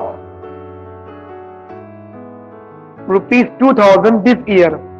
A consumer has an income of ₹2000 this year, any period 1, and he expects income of ₹11 in next year, and he expects income of 1100 in next year. He can borrow or save at an interest rate 10%. Interest rate 10%, rate of interest 10% दे रखा है, उस पर वो बोरो save कर सकता है, ठीक है। And the utility function is C1 C2, and the utility function is C1 C2, utility function is C1 C2, ठीक है। नाउ पहली चीज निकालनी है, solve for present value and future value of the budget constraint. Solve for present value and the future value of the budget constraint. पहला part है ये। Second part है solve for optimal values. Solve for optimal values.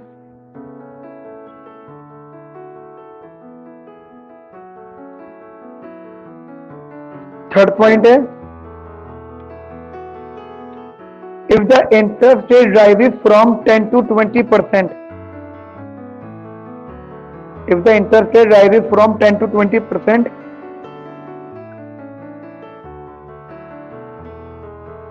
then explain the decisions of consumer या agent, agent के decision बता दो। यहाँ पर वही वाली बात है कि वो कौन होगा और बेटर ऑफ होगा, जब चीजें क्लियर हो जाएंगी हमें वैल्यू निकालने पर, ठीक है। अब यहाँ पे हाइपोथेटिकल बात नहीं करनी है, जब एक बार आर आपको लेना है 10%, एक बार आर लेना है 20%, उसके बेसिस पे आपका इनकम भी आ जाएगी, और फिर आपको दोनों को सॉल्व भी कर देना है। फिर आपको ये भी देखना है कि बंदा क्या होगा, बोरोवर होगा या सेवर होगा, मतलब सब कुछ होना है वहां पर, ठीक है। उसके बेसिस पे आप चीजों को सॉल्व कर देना, ठीक है। तो ये हो गया, मिलते फिर हम लोग नेक्स्ट क्लास में, ठीक है। तो फ्रेंड्स मैं आपको बता देता हूँ, मे भी कल आपकी क्लास नहीं हो मेरे साथ में, क्या नहीं, सुधीर सर की क्लास तो न्यू बैच के साथ में फिर से हम रिपीट करेंगे। सुधीर सर मेरे साथ कल ना हो, कल मैं थोड़ा सा ऑक्यूपाइड हूँ, ठीक है। कल वेडनेसडे है ना, थर्सडे में क्लास लूंगा आप लोगों की, कल छुट्टी,